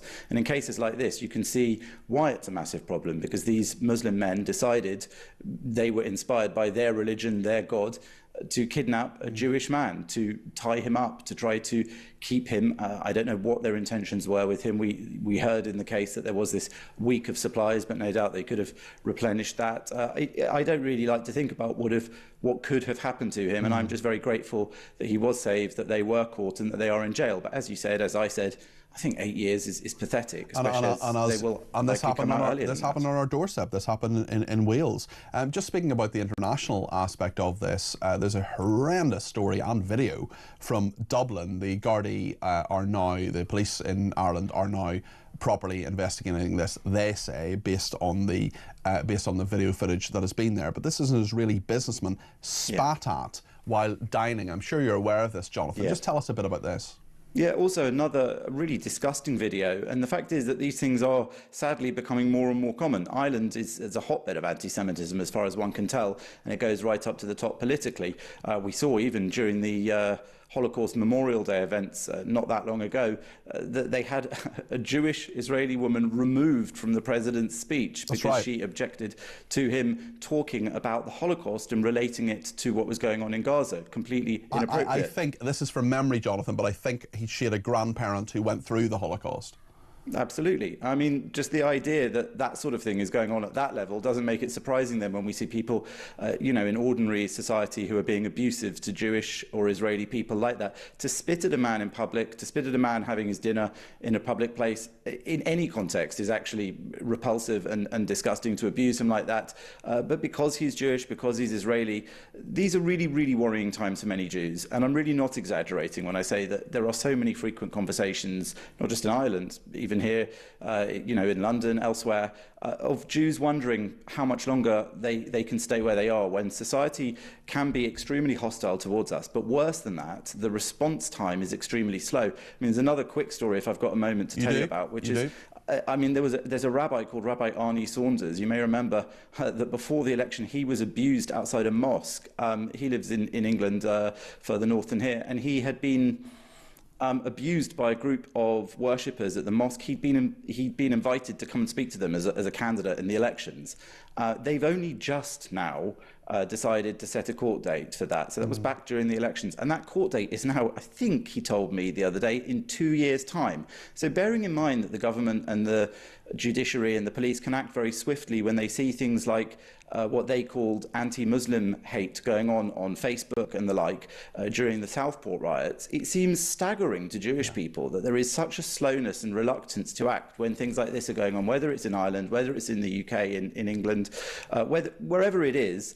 These things are very serious for Jewish people, but they're very serious for wider society as well, because it really shows a society that has lost its way, lost its moral compass, when we haven't got equal policing, equal judicial attention, equal sentencing, equal time taken to deal with this kind of hatred. And when the people who seem to be left behind are Jews or people who are standing up for the state of Israel, then you can understand why that is deeply worrying. And actually, back to our original story, Well, two things actually. Back to our original story, I do wonder if 3 Jewish people had kidnapped and assaulted a Muslim. Would never happen. Never happen. I think the media coverage would have been slightly different.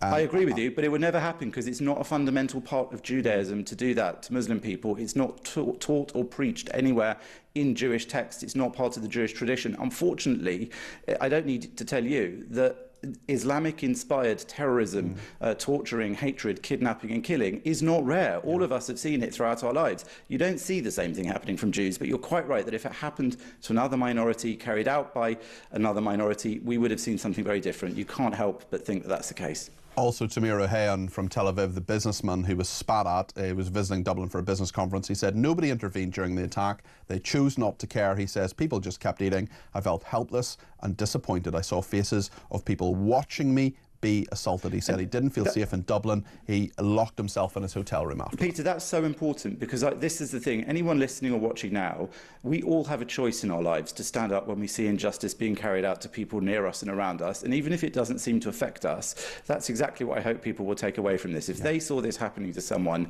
they should stand up against it. They should stop it happening. And then maybe those thugs would not feel quite so emboldened to be able to do that kind of thing in public.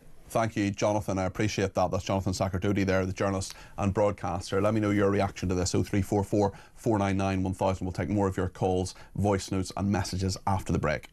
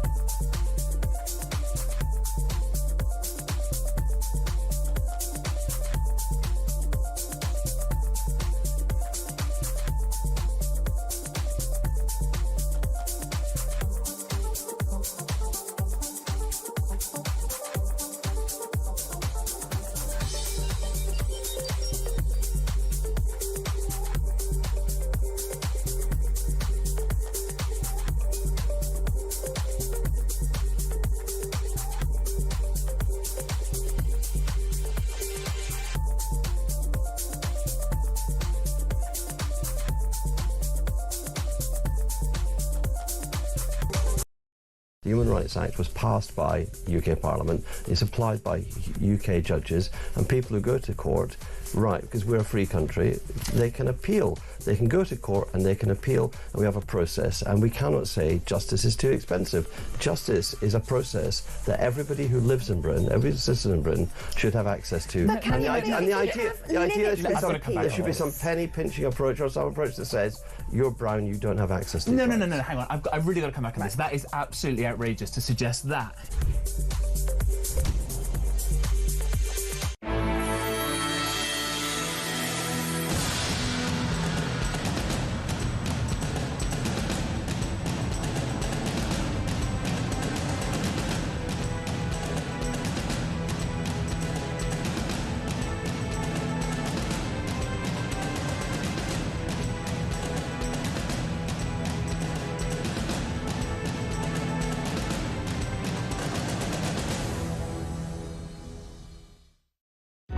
Across the UK, on DAB+, on your smart speaker, on your smart TV, and on your side. This is Talk. Caroline says, I work for the NHS. I had an email on Friday about voluntary redundancies in admin. It needs to be the layers of management hired during COVID that are sorted out. Caroline says, thank you for that. Chris in Wales says, one of the biggest problems is bed blocking. In order to reduce bed blocking, as soon as someone has finished their treatment and could be discharged from hospital, the NHS should start charging the Social Services Department for the hotel costs, food and staff, etc., for keeping them in hospital. These are around £150 to £200 per night. I think it's more than that in some hospitals, certainly. This would put a big rocket up the backside of the Social Services Department to get them home. My sister had a hip replacement. She stayed in hospital for 6 weeks waiting for a social worker to arrange for 2 15-minute carer visits per day. 2 of these weeks was because the social worker went on leave. The cost for this 3.5 hours of care per week was around £65, which my sister paid for anyway because of her income and savings, says Chris. And yeah, a lot of people will make that sacrifice, £65 there for that. I remember, you know, when I was trying to get a GP's appointment, and thankfully I got one, but had I not, I was on the internet thinking, am I going to pay Bupa 80 quid for a GP's appointment? Well, I'm in a very, very fortunate position where I could afford to do that. A lot of people aren't, but the people who are doing that are, you know, essentially easing the pressure in other parts of the NHS because they can afford to, and that's a 2-tier system which goes against what the NHS was supposed to be there for in the first place. Scott in Surrey says, I'm a former police officer who no longer respects the police and their reluctance to do their job properly. I know that sounds terrible, but actively talked my son out of a career in policing. It's run by the wrong people, who in turn recruit the wrong people. It will get worse before it gets better, as we have allowed this behaviour to happen, says Scott in Surrey. Colin is in Cheltenham and was listening to that interview with Wes Streeting I did about an hour ago. The Health Secretary was on the programme. Colin, you're very welcome to talk. What would you like to say?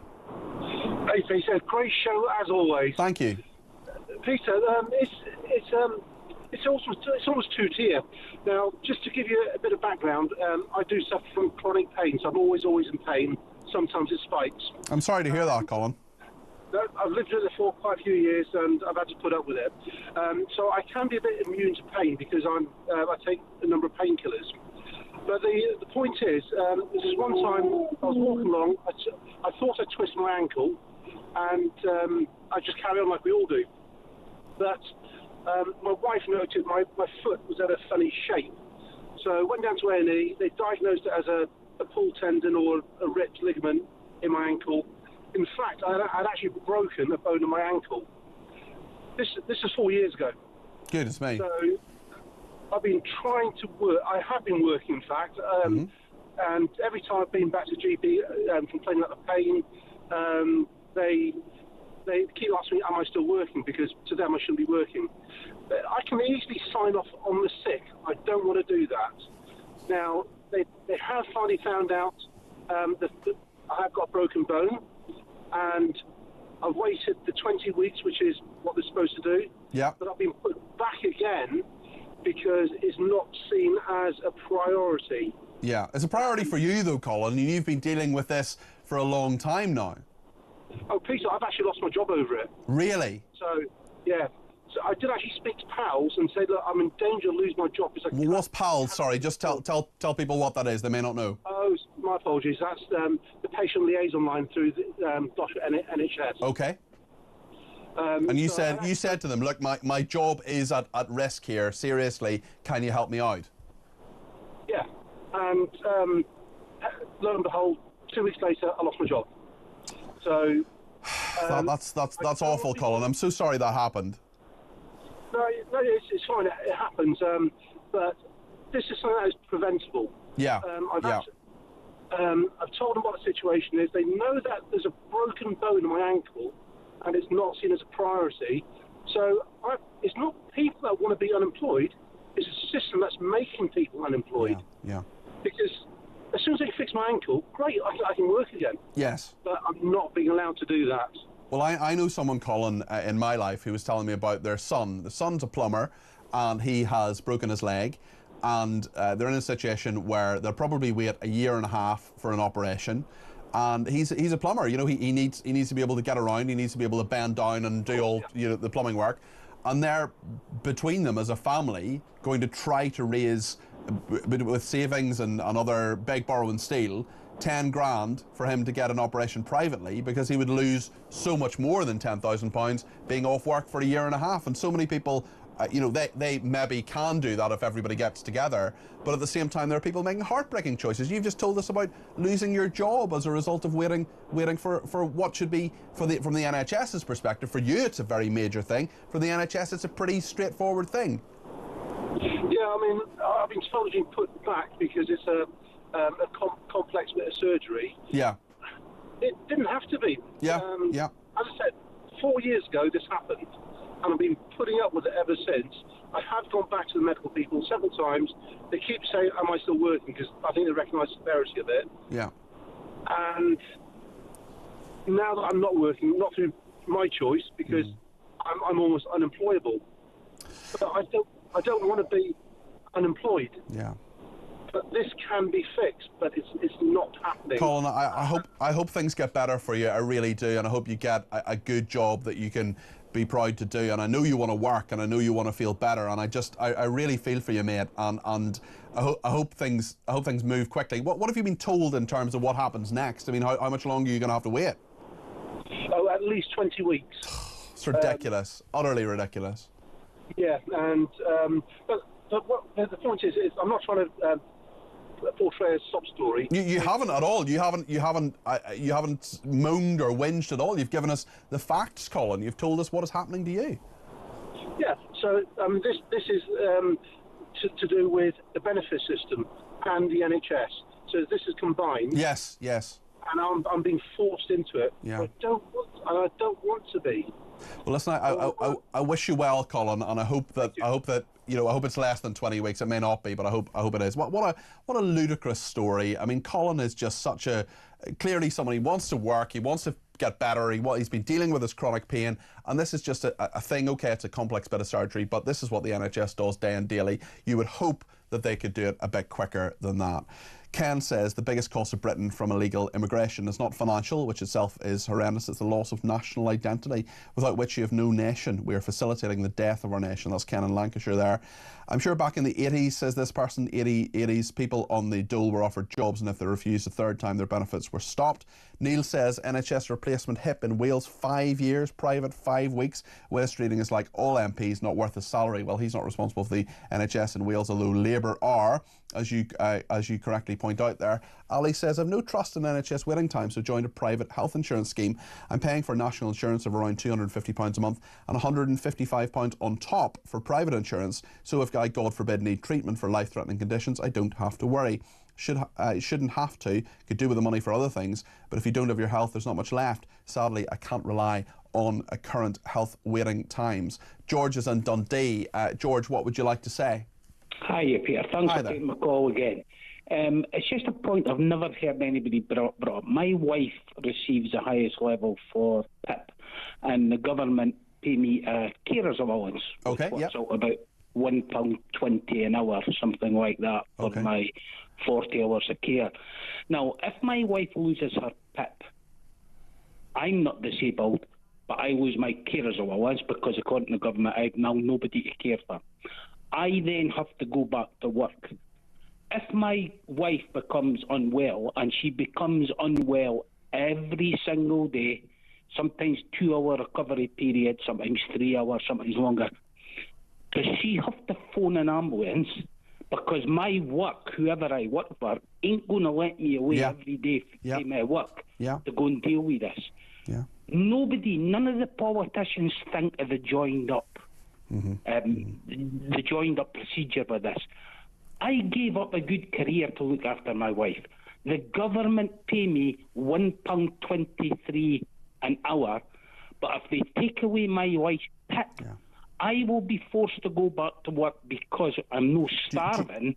It puts my wife's life in danger and costs the country a fortune in ambulance. It doesn't seem to make sense at all, George. Do you think the government will do that? Do you think they'll honestly see this through, and people like you and your wife would lose that allowance? Well, I'll say one thing. They've done it before. My wife was awarded a lifetime allowance in 2003. The David Cameron government took all the lifetime awards away. Took all the lifetime awards away. And now we've had this from the Conservative government, and now we're having it from the Labour government. My wife's review is due in 2 years' time, so we've got a wee bit of grace. Yes. But it'll be 2 years of constant worry, watching people getting knocked off a PIP, watching the stories come in of people going into poverty. And of course, it's terrifying. And I just hope there's Labour politicians out there with a conscience that aren't going to vote for this. OK, well, thank you, George, for that. Of course, it's the SNP in charge of the health system in Scotland, but they're acting with budgets they get from Westminster, as they would say. Lots to discuss on this. We're going to talk to the former Work and Pensions Minister, Justin Tomlinson, next.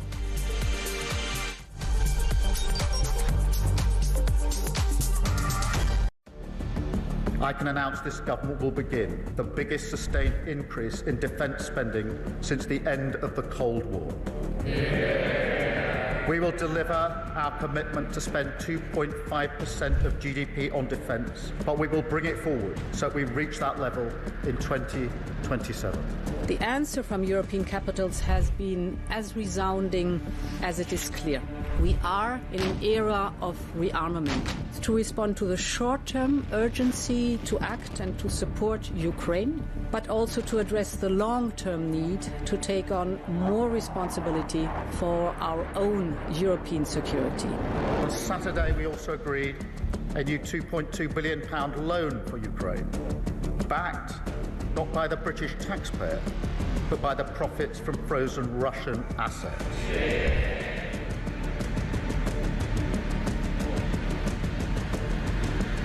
It is my pleasure to bring from His Majesty the King a letter. He sent his best wishes and his regards, of course, but he also asked me to bear this letter and bring it to you. So can I present the letter from the King to Thank you very much. Am I supposed to read it right now? Yeah, please do. I will do. I've got to tell him what your reaction is, so I need to know. I need to know. He is a great gentleman. A great, great gentleman. He said he thinks the war's going to go on for a long time, and he better not be right. Well, I just think he should be more appreciative, because this country has stuck with them through thick and thin. We've given them much more than Europe, and Europe should have given more than us, because as you know, that's right there, that's the border. What kind of diplomacy, JD, you are speaking about? What do you mean? I'm talking about the kind of diplomacy that's going to end the destruction of your country. Yes, but if you are not Mr. President, with respect, I think it's disrespectful for you to come into the Oval Office and try to litigate this in front of the American media. You're gambling with the lives of millions of people. You're gambling with World War III. You're gambling with World War III.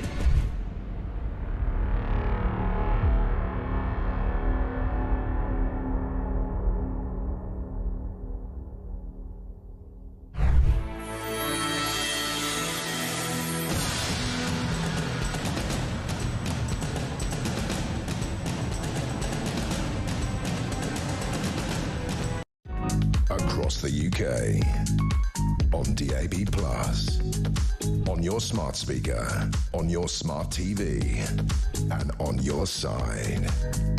This is Talk.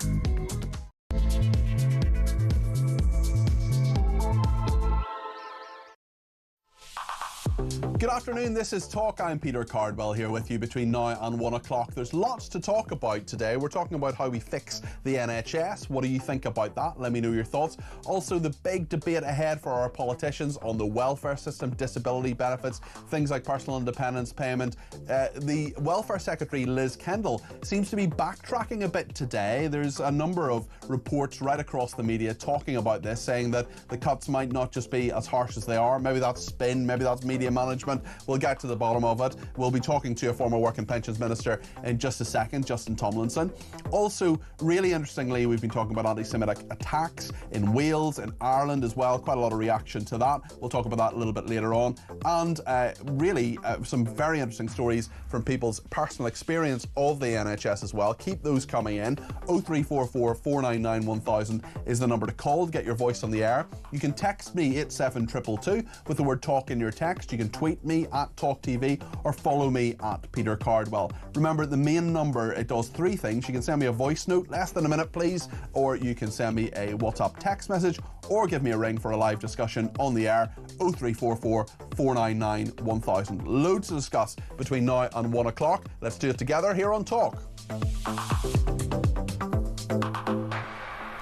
Lots and lots of reaction, which I'll get to in a minute or two, on the health service and also welfare benefits. Liz Kendall is the Work and Pension Secretary. She's got some major decisions to make, as has Rachel Reeves, the Chancellor. The spring statement is coming up in about 10 days' time. We'll bring you full coverage, of course, here on Talk. But for the meantime, let's get into the benefits ideas and threats, some would say. We've had a lot of people quite worried, including the Colin we were talking to in Dundee there just before the break there. Justin Tomlinson is a former Work and Pensions Minister under the Conservative administration. Justin, thank you for joining me today. I wonder, how worried should people be? And I mean, we have a benefits bill which is approaching £70 billion. That's got to come down. How does it come down? Well, and the growth in that bill is accelerating exponentially. I think it's the Office of Budget Responsibility saying that it could be up to 100 billion in the next few years. I mean, that's a huge amount of public spending. And you know, that's twice what we spend on our entire school system. Yeah. And I mean, I was a minister in that department covering various areas, predominantly the disability side, for sort of close on 5 years. So a huge amount of experience there. And it comes into three sections. First, the largest part, which is the personal independence payment. Part of the challenge is that as governments have raised the state pension age, expecting people to work longer, they've then not taken into account that not everybody is physically able to work those extra years, and they then qualify for personal independence payments, which then stays with you for life.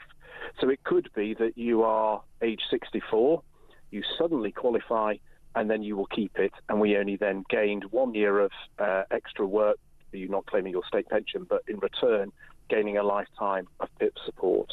The second bit, and the single most important bit, is over the years, rightly, we've improved assessments, we are better at identifying those who need support, better use of specialists working with charities and stakeholders. But all that has done is identified more people to give cash to, but we have done absolutely zero to then link them up for support.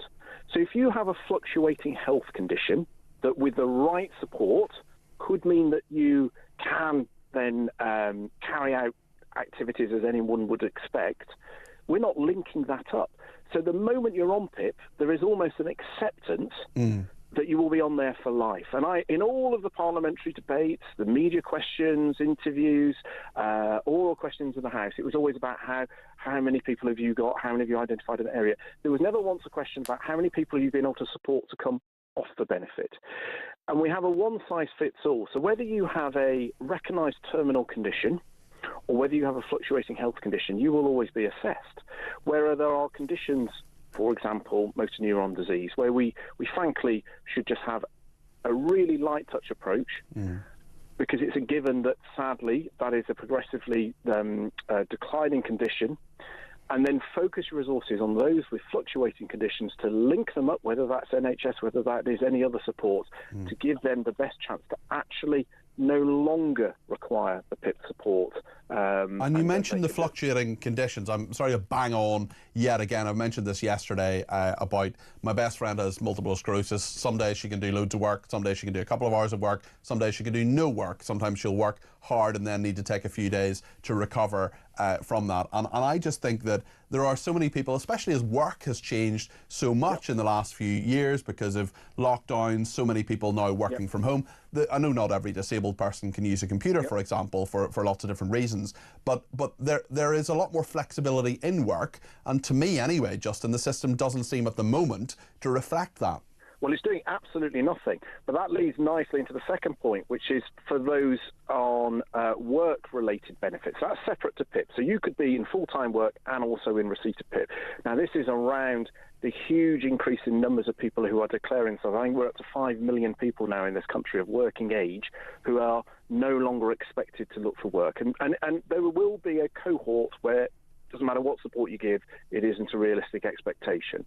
But there are those with the right support, and you're right to identify advances in technology, schemes like access to work, but we're not linking it up. So you may be wanting to seek work, you may be desperate. We all accept you benefit from working if you can, for your wider health and things, but we are not putting the right connections in. And also, if you qualify for, once you reach, I think it's over a year of being unemployed, you can qualify for the intense work programs. Government spent about £5,000 per person to try and find them work. There was a wonderful TV programme a few years ago, the Yorkshire Job Centre, and it was a real eye-opener because you had lots and lots of people who want to work, but for a variety of reasons, whether that's health or other issues, chaotic lifestyles, not necessarily through their own fault, they live in a home where there are distractions. They would go into the job centre with good intentions, they would promise to do something over the next week, they'd come back in the next week, and they hadn't done them. And I've always argued we should, rather than having sort of weekly 1 hour, 2 hour sessions with these people, use that £5,000 and give them a mentor for 2 to 3 weeks and literally drive them to the job interview, drive them there for the first couple of days to work, pick them up, check everything's going. And what would then happen, it becomes a given. And now, that doesn't seem like I'm talking about the health side, but what tends to happen is there are people who perhaps haven't got health conditions who get then badged into that section, because if you are long-term, there is a presumption there must be a health issue underlying it. And actually, we just need to be smarter with the huge amounts of money that is already available. And every government announces we're going to spend more money, we're going to do it better. But do they really? And it's about efficiency. It's about efficiency in how much money is spent as well. We had Wes Streeting on earlier, the Health Secretary. He talked about what he believes is an overdiagnosis of mental health conditions. Is that playing into what is happening with the benefit system in your estimation, Justin? I'm not medically qualified to give a definitive answer to that, but what I can say is the vast majority of the increase in both disability payments and work-related benefit payments are linked to a greater identifying people with mental health conditions. In PIP alone, when we transferred from the old disability living allowance to PIP, you were 6 times more likely to get the highest rate of benefit with a mental health condition as part of your sort of menu of health conditions than under DLA. And that was before the really big jump in recent years in there. And it's particularly prevalent in those young people. I've seen reports of 1 in 5 young people saying they're unable to work due to mental health. And I actually think there's a wider societal issue here, that there's a lot less work experience. There's less jobs in retail. When I was growing up, I'm a little bit older than you, Peter, it was a given you worked in a newsagent's or on the high street doing a part-time job on a Saturday, and you kind of had it ingrained into you to go to work, and that's no longer a given. And the other issue, and it's a big concern post-COVID, the prevalence of work from home. Now, if you're fortunate enough to have a nice house, you're a chief executive, you've got your own home office, it's wonderful working from home. But if you're starting your first job, and you remember that first time you went into whoever you worked, a lot of it was the peer-to-peer mentoring. Oh, you learn from the people you sit opposite. You learn far more than you ever did in school or university about the world of work. 100%. And I think there is a knock-on effect to young people then losing confidence because they're twiddling their thumbs. There's nobody to sort of talk to lean in on, to say, well, could I help you on this project? I'll learn this little bit and then I can gradually take on more.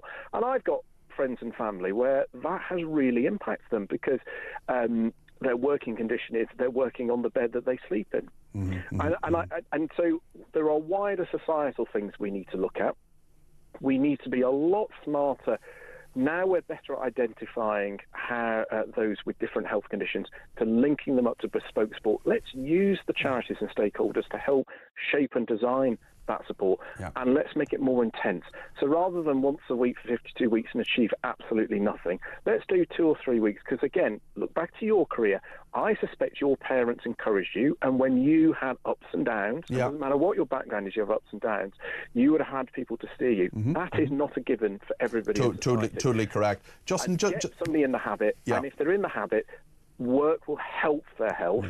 Not for everyone, but for some, and that would deal with some of that increase that we are seeing. Justin, really interesting talking to you. You're a former Work and Pensions Minister. I know you're a Conservative, but looking at the Labour Party, just finally, politically, how big an issue do you think this is for Labour? How big a rebellion do you think could be in store for Keir Starmer? Huge. They have the collective Labour Party have absolutely no appetite to bring to reform into this area.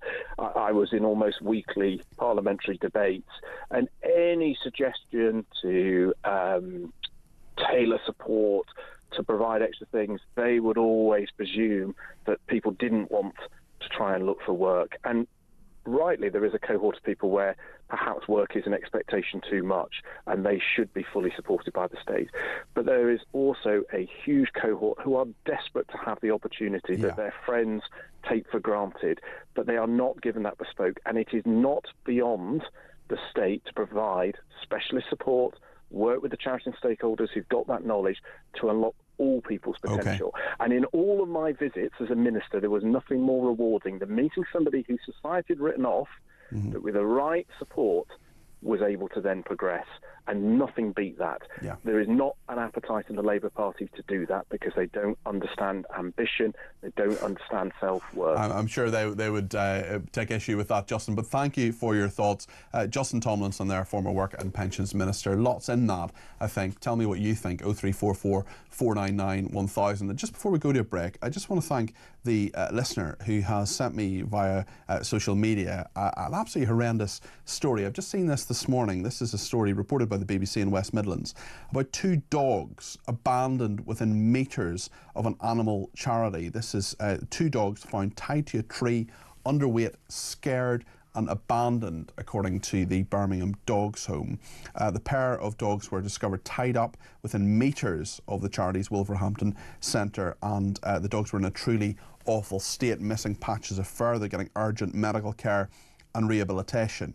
And I mean, this is just not an isolated case. This is happening all the time. People are mistreating animals. People are not caring for them the way they should. There are all sorts of problems in terms of breeding animals, and there are rescue shelters and animal shelters that are doing a fantastic job. But this is just yet another example of dogs neglected, discarded, suffering from no fault of their own. There's so many animals that this is the case for, and it's pathetic that people have done this, that they have mistreated these animals to such a degree, and it annoys me so much. I'm writing a book at the moment actually about animals, and there are so many people who love animals. We're a nation of animal lovers, so please, I know there are loads of people who treat their animals really, really well, perhaps overindulge them in some ways, but if you do see an animal being mistreated in some way, or do raise the alarm and do talk to the authorities and do talk to rescue centres as well. And remember, if you are getting an animal, adopt, don't shop. Lots to discuss. We'll take your calls next here on Talk.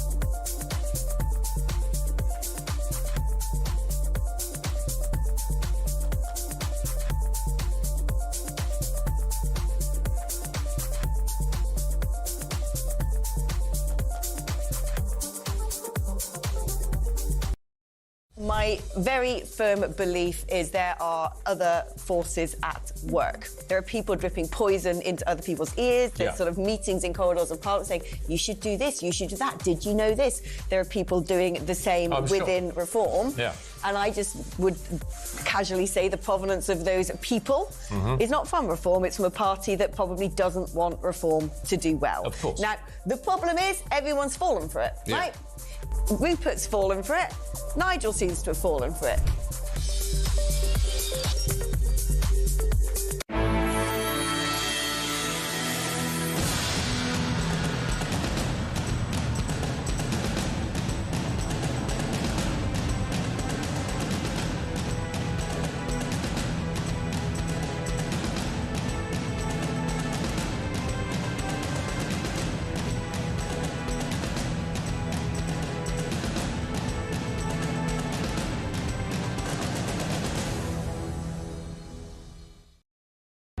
Across the UK, on DAB+, on your smart speaker, on your smart TV, and on your side. This is Talk. Dorothy in East Kilbride has been in touch. Dorothy, I haven't heard from you in a little while. I hope you're well. Good afternoon, Peter. The threats and abuse towards the Jewish and Israeli population are beyond disgusting. What is as bad as others choosing to ignore it? I am reminded of a quote by Albert Einstein: the world is a dangerous place, not because of those who do evil, but because of those who look on and do nothing. This sums up our country today. Great show, says Dorothy. Thank you. Brendan in London says, good morning, Peter. Regarding anti-Semitism in Ireland, the amount of anti-Semitism and the unwillingness to denounce Hamas in the Irish media is absolutely disgusting. I have a family home in Ireland and go there when I can. I can't even listen to the radio when I am there, as the amount of left-wing propaganda is off the chart. If people think the media in the UK is heavily tilted to the left, then in Ireland it's on steroids. I've yet to find even one media outlet that is even remotely right of centre. Ireland is most likely the most woke European country in Brendan's opinion. I can't help but feel a sense of shame. I've even had heated discussions with members of my own family about the blatant racism against Jewish people in support of those that would happily see Irish society as it currently exists dismantled. It is a disgrace. Brendan, I would urge you to Google my article for the Jewish News that was done about a month ago. Just Google my name and Jewish News and you will see an article I wrote about Ireland and anti-Semitism. I think you'd be interested in reading it. Claire says, I'm not Jewish, but like yourself, champion the Jewish cause, although your reach is much more widespread. Why, oh why, is this country so anti-Semitic?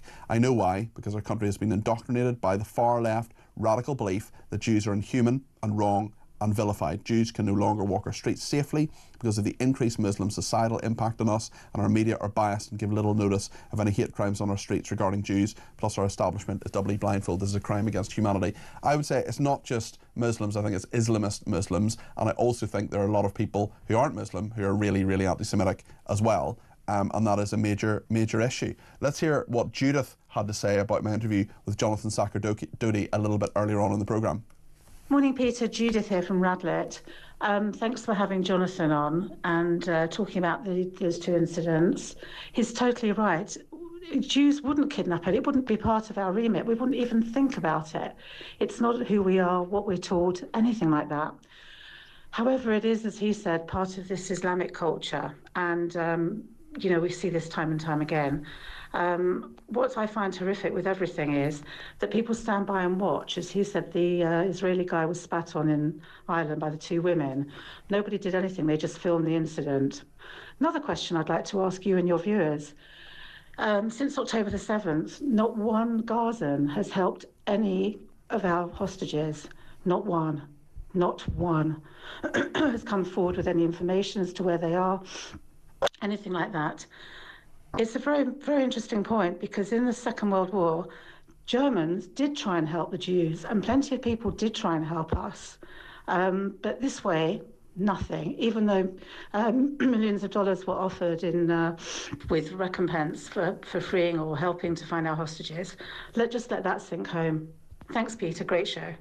Judith, thanks very much indeed. There's another message, actually. I'll take the two together. Pete in Lincolnshire has said we could solve many of the problems in our country quite simply by sending or deporting all Muslims to an Islamic worshipping country of their choice, first class if necessary. Take Islam out of our country, politics, education and NHS, and we will all be better off.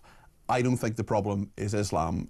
Myself, I don't think my problem is Muslims in this country. There are plenty of Muslims who are perfectly law-abiding people who pay their taxes and have the good and bad bits of Britain as the rest of us do.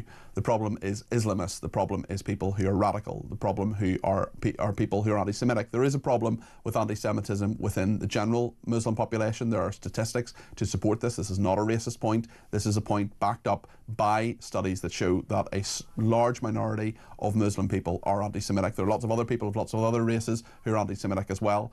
It has to end. It is something that absolutely cannot happen and shouldn't happen, but it does, and it's permitted by many people, including on the liberal left. The point that Judith makes in regard to Gazans helping regarding hostages, like what's happened to the hostages, as we know, we've reported it so many times, we've talked about it on this programme, absolutely horrendous. They should all be released. The bodies should be given back immediately. What I would say, Judith, is that I think you're probably right, but we also don't know, because those Gazans are, of course, who may have helped, if there are a very small number of them, I'm sure, who may have helped the Israeli authorities or may have taken the rewards. We don't know about that yet. It's the kind of thing that will come out perhaps later. So I think there is some hope there, not a lot of hope, but there is perhaps a little bit of hope, and I think there will be some Gazans who will help the Israelis, probably a very, very small number, and there are far, far too many who stand by the side of the road and applaud and bring their children to those kind of horrendous spectacles where hostages are forced to perform, essentially, and pretend they're grateful to their captors. It is just grim, and we're going to continue to talk about it on this programme and on this network. Judith, thank you for your thoughts. Thank you to everybody else who's been in touch, and Pete as well.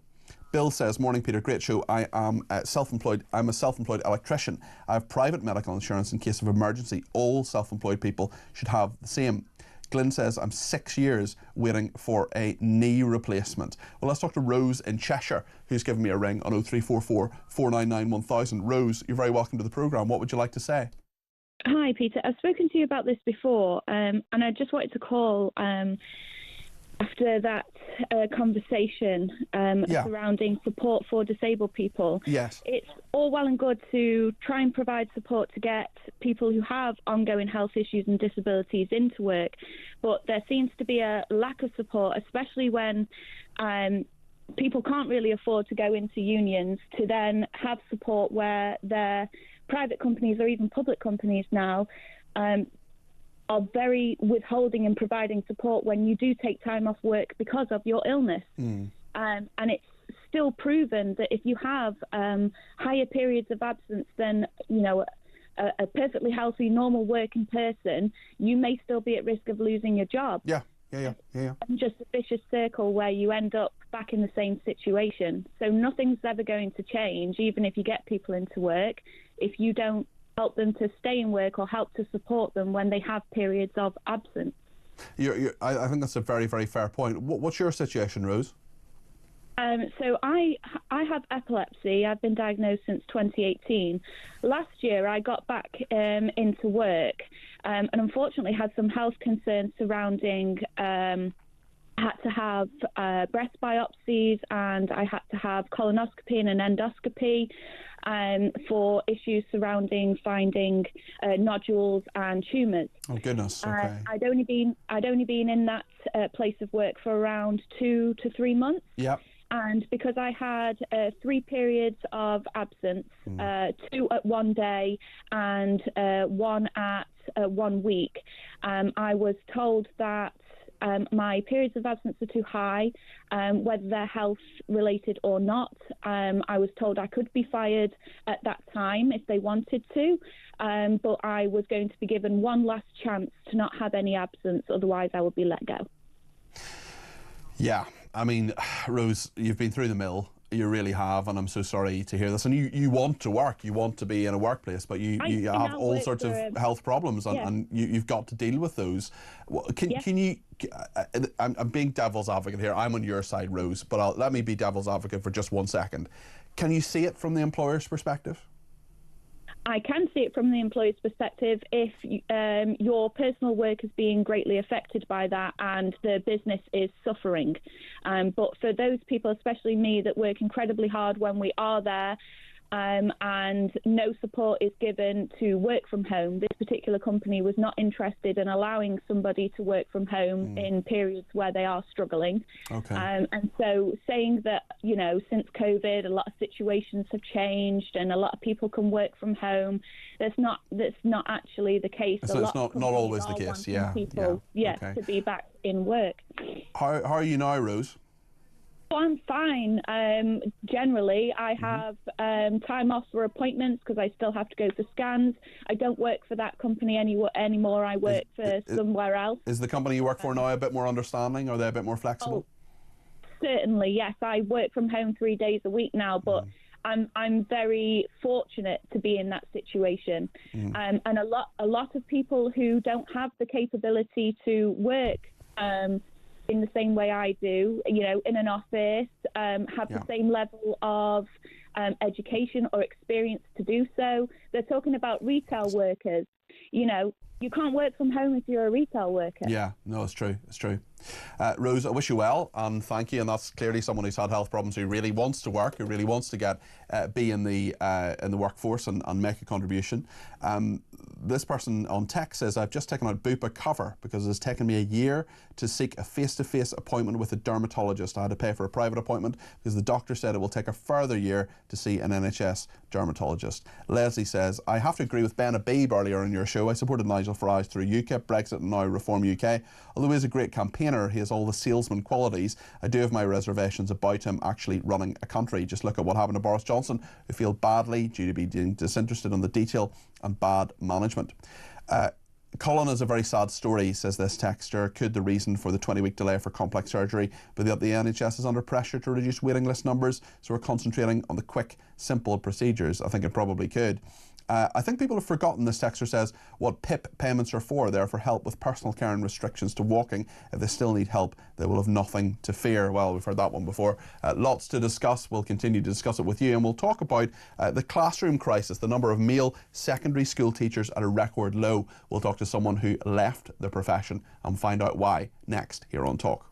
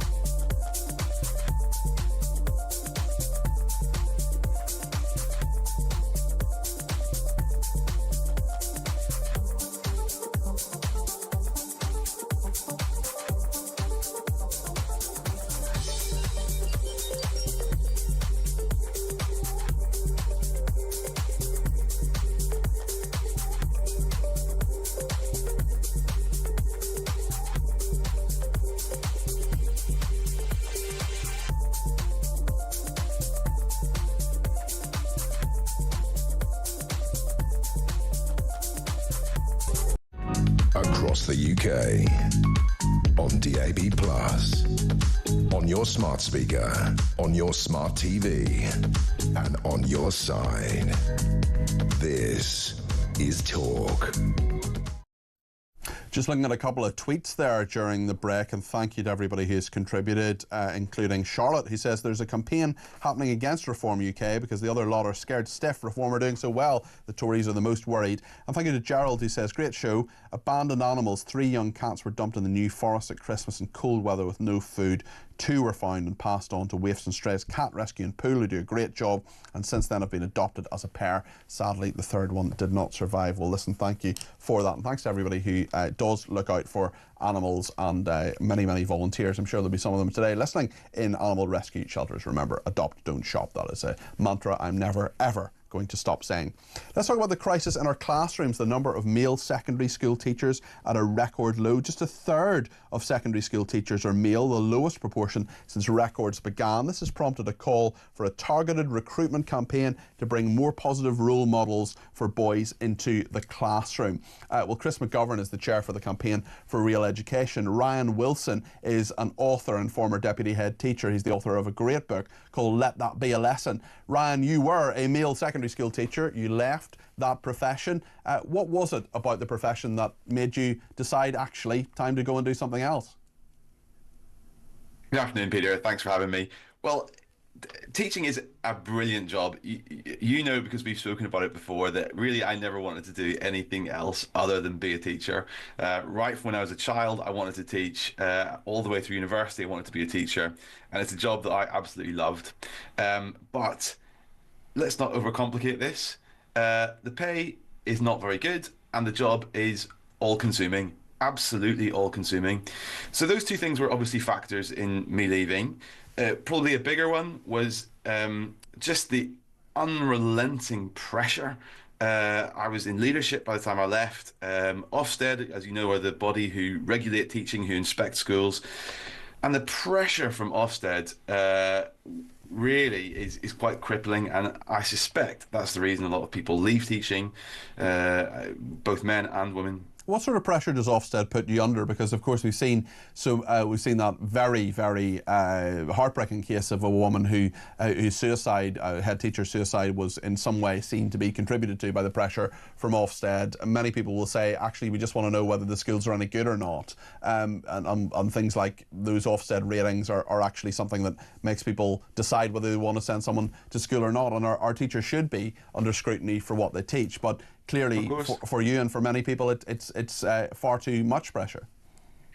I think no teacher would say they don't want scrutiny. No teacher would say that Ofsted shouldn't have a role or that inspections don't have a role. But you're right, the case of Ruth Perry, the former head teacher of Caversham Primary School, was absolutely tragic and a real wake-up call. And the problem is that, in my experience, Ofsted, schools become completely obsessed with appeasing Ofsted, completely obsessed. One example is that I remember being in a leadership meeting at a school, and we were discussing whether or not we would hold a minute's silence to remember one of the terrorist attacks, the victims of a terrorist attack. And I said that I think we should. I think it's the right thing to do. And somebody else sitting around the table said, yeah, Ofsted love to see that kind of thing. And it really troubled me, because what's gone out the window is what's right for the children, what's right for the school, what's right for the particular circumstances that we find ourselves in. All that matters is what do Ofsted want to see, and I think that's really problematic. You know, head teachers, their jobs are on the line from Ofsted, and it just takes over education. And why men particularly, do you think? Why is it that so few men are going and so many men are leaving? It's an interesting question. I think my suspicion is that actually the factors that I've mentioned affect both men and women, but it's probably still the case in many households that men are still the main breadwinner, and therefore are more affected by things like the many years of below inflation pay increases that teachers have had. Let's talk to Chris McGovern, who's from the Campaign for Real Education. Chris, do you recognise what Ryan is saying there, and men leaving the profession saying similar things? Yeah, well, I was taught for 35 years, Peter, so obviously I was a survivor. I used to say to new teachers, you know, you get the first 20 years out of the way, it's not such a bad job. Okay. And of course, sometimes you do need a sense of humour in this profession. It's just actually, as Ryan said, it's just a great profession, and I think it gets a bad press sometimes. And as far as and I'm an Ofsted inspector, and I think Ryan was a bit misleading there, as Ofsted being portrayed as some sort of great ogre. It's teachers who are Ofsted inspectors in the main, the head teachers in particular. And 90% of Ofsted inspections rate schools as good or outstanding. So if there's a criticism of Ofsted, it's not that it's too hard, it's that this is far too soft, because quite obviously 90% of our schools are not good or outstanding. And Michael Wilshire, a previous chief inspector, he agreed with me on that. Of course, it's nonsense. So I don't think we can blame Ofsted. It is a high-pressure situation for schools, but we shouldn't be blaming Ofsted for the problems of teachers not joining the profession or leaving the profession. We should be looking at the conditions in the classroom which face teachers. You know, in Scotland, in the last week or so, we've had teachers asking for lessons in self-defence because there is a rising tide of violence. Teachers need more support, and yes, they do need more pay as well, I think, to attract the best people. But you know, the majority of staff in schools are not teachers, and I think we need to get around the idea, look at the idea of perhaps paying more to teachers and perhaps reducing the number of classroom assistants and administrators in the schools, just as we do look at the situation in hospitals. We want to pay the nurses and the doctors more. So we do need to pay teachers more. But look, it is a great profession. It's a tragedy that we're actually recruiting fewer men these days. It's a long-standing problem, but perhaps men don't want to have so much of the social side of the job. They don't want to see teaching as a social worker's job. And these days, perhaps men more than women, I don't want to be sexist, but it's probably the case, men perhaps are less concerned about the social side, about the integration and the ideologies. Okay, well let me put something to Ryan, actually. And there's a point that was made by a listener earlier. I read out this message earlier on in the programme. I don't expect you to necessarily have heard it at the time. This is Jason in the Lake District. He says, I was a scout leader, not a teacher, but a scout leader in 2005 for a few years. We were making shelters in the woods one evening. One of the boys, who was 10 years old, had lost his mum to suicide weeks before, and he just broke down in tears in front of us all. I went over, put my arm around him to comfort him, as is natural for me, being a father. I was advised not to do that again in our debriefing meeting. For me, it was the most natural way to behave in that situation, given his age and situation. On the meal point specifically, Ryan, and you do write a little bit about this in your book, and if you want, you know, we do have time for you to tell that story. Let That Be a Lesson is the name of the book. Ryan, there are definitely aspects specifically in regard to how society views men who want to work with children. Let's face it, let's call a spade here. Yeah, there are, and I think the story you're referring to, one day I was walking home from school. This was when I was a trainee teacher at a primary school, and a little girl came and walked beside me and said, where are you going? And she said, I'm coming home with you. And I said, well, no, you can't come home with me. And she said, well, I'll just tell my mother that you hit me. So obviously I the next day went straight to the head teacher and explained what had happened, and it was all dealt with. But I think there is perhaps a feeling among some male teachers that, yeah, they're in a vulnerable position. But if I may just say, Peter, on the topic of men in particular, it really, really, really matters to have men in the classroom, I think, because when we're teaching, of course, part of what we're doing is teaching the curriculum. We're teaching English, math, science, geography, whatever it may be. But indirectly, we're also teaching how to behave. We're teaching about, expectations in society. And I worry that if there aren't enough men in the classroom, then what we're indirectly teaching is that learning is a feminine activity, that it's an activity for girls, that it's not something that men can do. And there's a vacuum of male role models. And I think that vacuum is being filled by people like Andrew Tate. And that is a really dangerous and really worrying thing for all of us. We do need good male role models in our schools, don't we, Chris? Absolutely. Ryan makes a very valid point there. It's difficult for men sometimes. I mean, I taught in big comprehensive schools. I also taught in smaller private schools. I can remember situations in the school canteen. I would be standing there, a child would come up and hug me. What do? Do you force them off? I used to put my hands in the air and I used to ease them away, but that's what happens because children can be quite affectionate. They can be, can be seen as suspect behaviour, which is a great, great shame because there are a lot of single-parent families around, and most of them only have a mother, not a father. Girls, by the way, also need male role models, of course, not boys. And we desperately need more men. But I think the point Ryan made about salaries is actually quite a practical one and quite an important one. We do actually need to pay teachers more, and within the existing budget, as I say, there is a budget there. We need to reduce the administrative staff and put the money into the classroom, to the teachers. It's a big issue, and it's one which is worth discussing.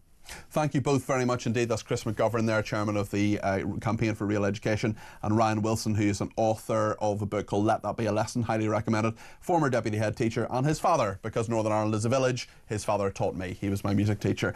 Sir Hamid Patel is going to take up the interim role as head of the schools regulator, becoming the first religious school teacher appointed to the position. That is happening as well. No doubt we will talk more about that as time goes on. Let me know your thoughts on this. 0344 499 1000. Plenty of messages coming in. We will get to them and speak to you and hear your voice notes as well after the break, right up to 1 o'clock here on Talk.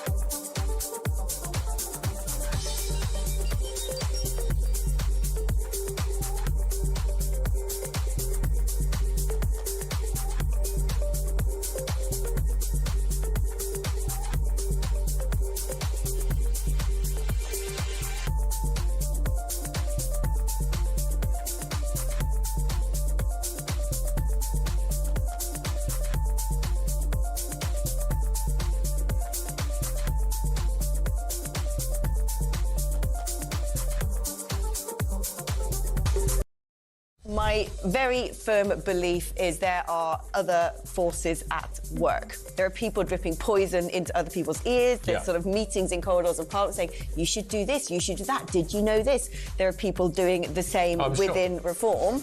And I just would casually say the provenance of those people is not from reform. It's from a party that probably doesn't want reform to do well. Of course. Now, the problem is everyone's fallen for it, right? Rupert's fallen for it. Nigel seems to have fallen for it.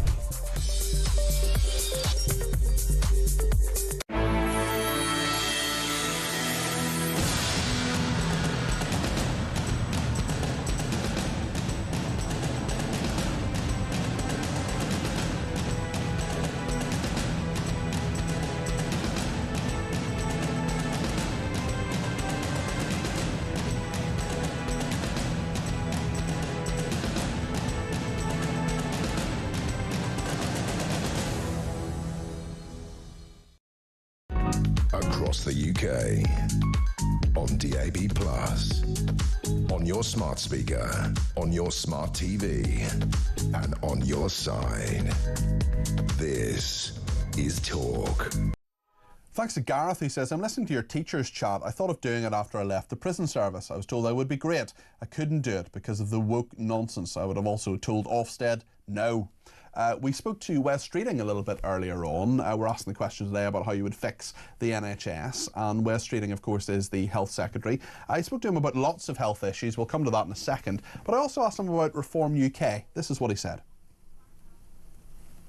You've got in trouble on a number of occasions, Wes Streeting, for various tweets you've sent about Jan Moyer, about various people, about Susan Hall in the London mayoral elections. I wonder what you think of Reform voters. Jason in the Lake District says, does he think that me as a Reform voter, does he think I'm a white supremacist? No, I don't. And actually, I want to make sure that we are winning the widest possible support. That just because I've criticised a candidate in an election for the campaign they have run doesn't mean I'm criticising all of the supporters of that candidate. And, you know, we've got to make sure in this country that we are facing up to big challenges. We need a mandate to do that. That's how we won a big majority at the last election. And I hope that at the next election, people who voted for us last time stick with us, and people who didn't vote for us last time give Labour a look at what we've actually done in government, and hopefully by the next election see this country moving in the right direction. I also asked Wes Streeting about the big changes that have happened in the last few days, including on NHS England, the body that runs the NHS in, guess where, England. It's being abolished, and 9,500 people are apparently going to lose their jobs. Well, it's only one part of what will be a big reform agenda to get the NHS back on its feet and make it fit for the future. And to be fair to them, you know, my department and NHS England, they're not full of clipboard warriors. They're full of actually some really brilliant people doing their best for the public. Why are you sacking them then? But there's lots of waste, inefficiency, duplication. This is not a system that is delivering best value for patients and for taxpayers and sets up this system to succeed. I mean, there are effectively 2 head offices for the NHS. We need 1. It's double the size of what it was back in 2010, so we're going to reduce it by half, and we're going to save hundreds of millions of pounds we push closer to the front line. And we do need to hold leaders to account for delivery. That's why just this week the new chief executive of the NHS had NHS leaders in London, because their financial plans for the year ahead are about £5 to £6 billion adrift. So we're dealing with that and getting those financial plans back in order, and you've seen some headlines about that. So we're gripping the system. We are delivering already. We've seen waiting lists fall 5 months in a row, over 190,000 people off NHS waiting list. Now that's a good start, especially during peak winter months, but we've got to go a lot further and faster than that. So I'm not patting on myself on the back or resting on my laurels here. Lots of people have been in touch on this. We'll take a call from Mike in a second, but first let's hear a couple of voice notes. Firstly, from Ian. Hi Peter, it's Ian from East Grinstead. Talking about the healthcare, and you mentioned your own fact that you nearly went for a private GP appointment. I think it's about time that we started saying to people, if you have private healthcare or pay for private GP appointments, then you can actually deduct that off your tax. Rather than penalise people for actually having healthcare through their work and calling it a benefit and taxing them on it, it should be the other way around. The same with education, private education. I know the Labour Party are intent on destroying it, but if you send your kids to private school, that should be tax deductible. Anything that relieves the state of a burden should be actually tax deductible. It would make so much more sense and be so much easier for everyone. I completely agree with you, Ian, on all of that. I don't disagree with a single word. I think the likelihood of it happening is 0, but it's a very, very sensible idea, which I would support. David's also been in touch on NHS reform. This is what he has to say. Hello, Peter. Reference the NHS. There's only one thing wrong with the NHS, is the NHS. And the only people who can fix the NHS is the people who work in it. They seem to blame everybody else, the government, the lot, and they get the money given to them and they abuse it. It needs reforming pronto. Good show. Neil has also been in touch and says, yes, you're right, Peter, when you said earlier on that Welsh Labour are in charge of the NHS in Wales, and they have successfully made it the worst NHS, longest waiting times and worst ambulance service in the whole of the UK. Watch out, the rest of the UK, and well done all the Muppets who voted for Labour. You've just made yourself very much worse off, says Neil. Well, Mike's been in touch from Southsea on this. Mike, great to talk to you. What would you like to say about the NHS? Good afternoon. I caught the tail end of a call earlier on who's been waiting for years for a procedure. Yes. You can get NHS funding for private health care. Mm-hmm. Well, I mean, that's a useful thing to know. I wonder if he's actually been offered that, because that is a way to get people the care they need and the kind of operations they need very quickly, isn't it, Mike? Have you done that yourself? I did attempt to, but unfortunately they couldn't do the procedure because I've got a vascular issue as well. Right, right. Now, the thing is, if everything went all right, there wouldn't be a problem. But if anything went wrong, they don't have the facility. So I'm getting it done at an NHS hospital a fortnight tomorrow, thank God. Well, I hope it goes very well for you, Mike, and I hope you feel much better very, very soon. If you Google NHS funding for private healthcare, something, or if you go onto the Nuffield Health website, they tell you exactly what to do and what the procedure is. So this chap that phoned earlier, maybe he'll be listening, and maybe he'll do that, and perhaps he can be helped. Mike, thank you. That's a good tip. Appreciate that. Christine says millions of disabled people awarded DLA for life lost it because of PIP. My husband did. If he was 8 months older, the award would not have been lost. It's all right for some. Thanks for the show, says Chris. Well, thank you for that message. I'm sorry to hear about that. Afternoon, Peter. When will people just state the obvious? Massive benefit bill, mass immigration makes me angry. John in Newport says, Peter, the government locked people in their homes, made them cover their faces while playing frightening messages on the TV and the radio. What did they think was going to happen? It's no wonder mental health is at a crisis point. John, totally agree with that. I think the effects of lockdown will be held uneven. We don't even understand what they are yet. It's still too early to know the full force, but we know it was bad. Leslie says all this rhetoric of how to get people into work easily solved after 3 months. Benefits stopped except for the genuinely disabled. I suppose your definition of what is genuinely disabled is another aspect. Tim says if Labour want to get people off benefits and into work, they need to rethink the new Employment Act. Any employer is going to be very wary of taking on someone with a dubious record of employment and be taken to a tribunal after a week. Quite a few on animals as well. I'll come to those in just a second. Julie says, Julie in the West Midlands says, Peter, your guest suggesting fewer support staff would be a good idea in mainstream primary schools. Now, there are so many children with special educational needs who are unable to access the classroom for long periods of time. So it's support staff that step in to meet the needs of these children. So many children starting school not toilet trained. Again, support staff. I think credit to support staff is needed. They deal with sometimes aggressive behaviours, as well as the children with needs that teachers can't deal with. They have the cohort to teach. Sometimes the parents aren't a huge support either. Wes Streeting says Labour won a huge majority. No, they didn't win a big majority. They won a majority of seats, but a minority of the people in the country voted for them. And yes, that's the case and has been the case, I think, with every government since the Second World War. Kate says, I just want to add to your talk about pets being abandoned. Last year, my son had 2 Bengal cats dumped in his garden. None were microchipped. He took them to the vets to be checked over. He got them chipped himself. He already had his own 2 cats and 2 dogs. He has trouble affording food for them, but they're all looked after and loved. That is Kate Brightman, who is in Lincolnshire. Well, good on your son. Dawn in Chelmsford says, I can't understand how people can ill-treat and abandon animals. Animals are always victims. Do you know how many zoo animals have been rescued from zoos in Ukraine? Me and my wife support animal charities. Nick has been in touch with a voice note on my views on Muslims. Let's hear what Nick has to say. Morning, Peter. It's Nick Moore from Loughborough. Whilst I applaud your tolerance of the peaceful Muslims, in inverted commas, I'm afraid I can't agree with you. We have an insidious increase in Muslim population to the point where our culture is being squeezed out. And when we get to a point in 50, 60, 70 years' time when they have overtaken us population-wise, it would be interesting to see, although I won't be here to see it, how many of them are prepared to accept the Islamic theocracy that so many of these people really want. And at that point, all the peaceful Muslims will be towing the line. I'm sure that's the case. Peter, always good to listen to you, and have a good weekend. Nick, thanks for your comments there. I think we will just agree to disagree on this, but I am much more hopeful about the future, I think, than Nick is. But I appreciate your comments, Nick. Very quick voice note from Sarah. Good morning, Peter. My daughter works in a prison and she has Crohn's, which the prison does not recognise as a disability. Crohn's is not recognised as a disability. Crohn's can be absolutely debilitating. It's a horrible thing that so many people are affected with.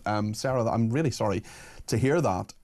David says, good afternoon. Regarding the PIP situation, the government could reduce this significantly by checking on the people claiming fraudulently. Many people on PIP and getting mobility cars by feigning an illness, far too simple to do. These people won't work when they get very comfortable lifestyle claims benefits. David in the Cotswolds says, quick note, great show by the way, quick note, the NHS doesn't need reform, it needs to be scrapped and to start again, he says. Mark is in Lincolnshire. Mark, we have literally about a minute of the programme left. What would you like to say? Hi there, Peter. Hi. Hello, mate. Yeah, really quickly, that point that's been coming up a couple of times there about Muslims in the country and that kind of thing. Yeah. Yeah, really quick on that. I have quite strong views on it. I do think that Islam should be outlawed in the West generally, within Europe. Because the problem with Islam is I've known many Muslims, perfectly nice people, perfectly lovely people, perfectly law-abiding people.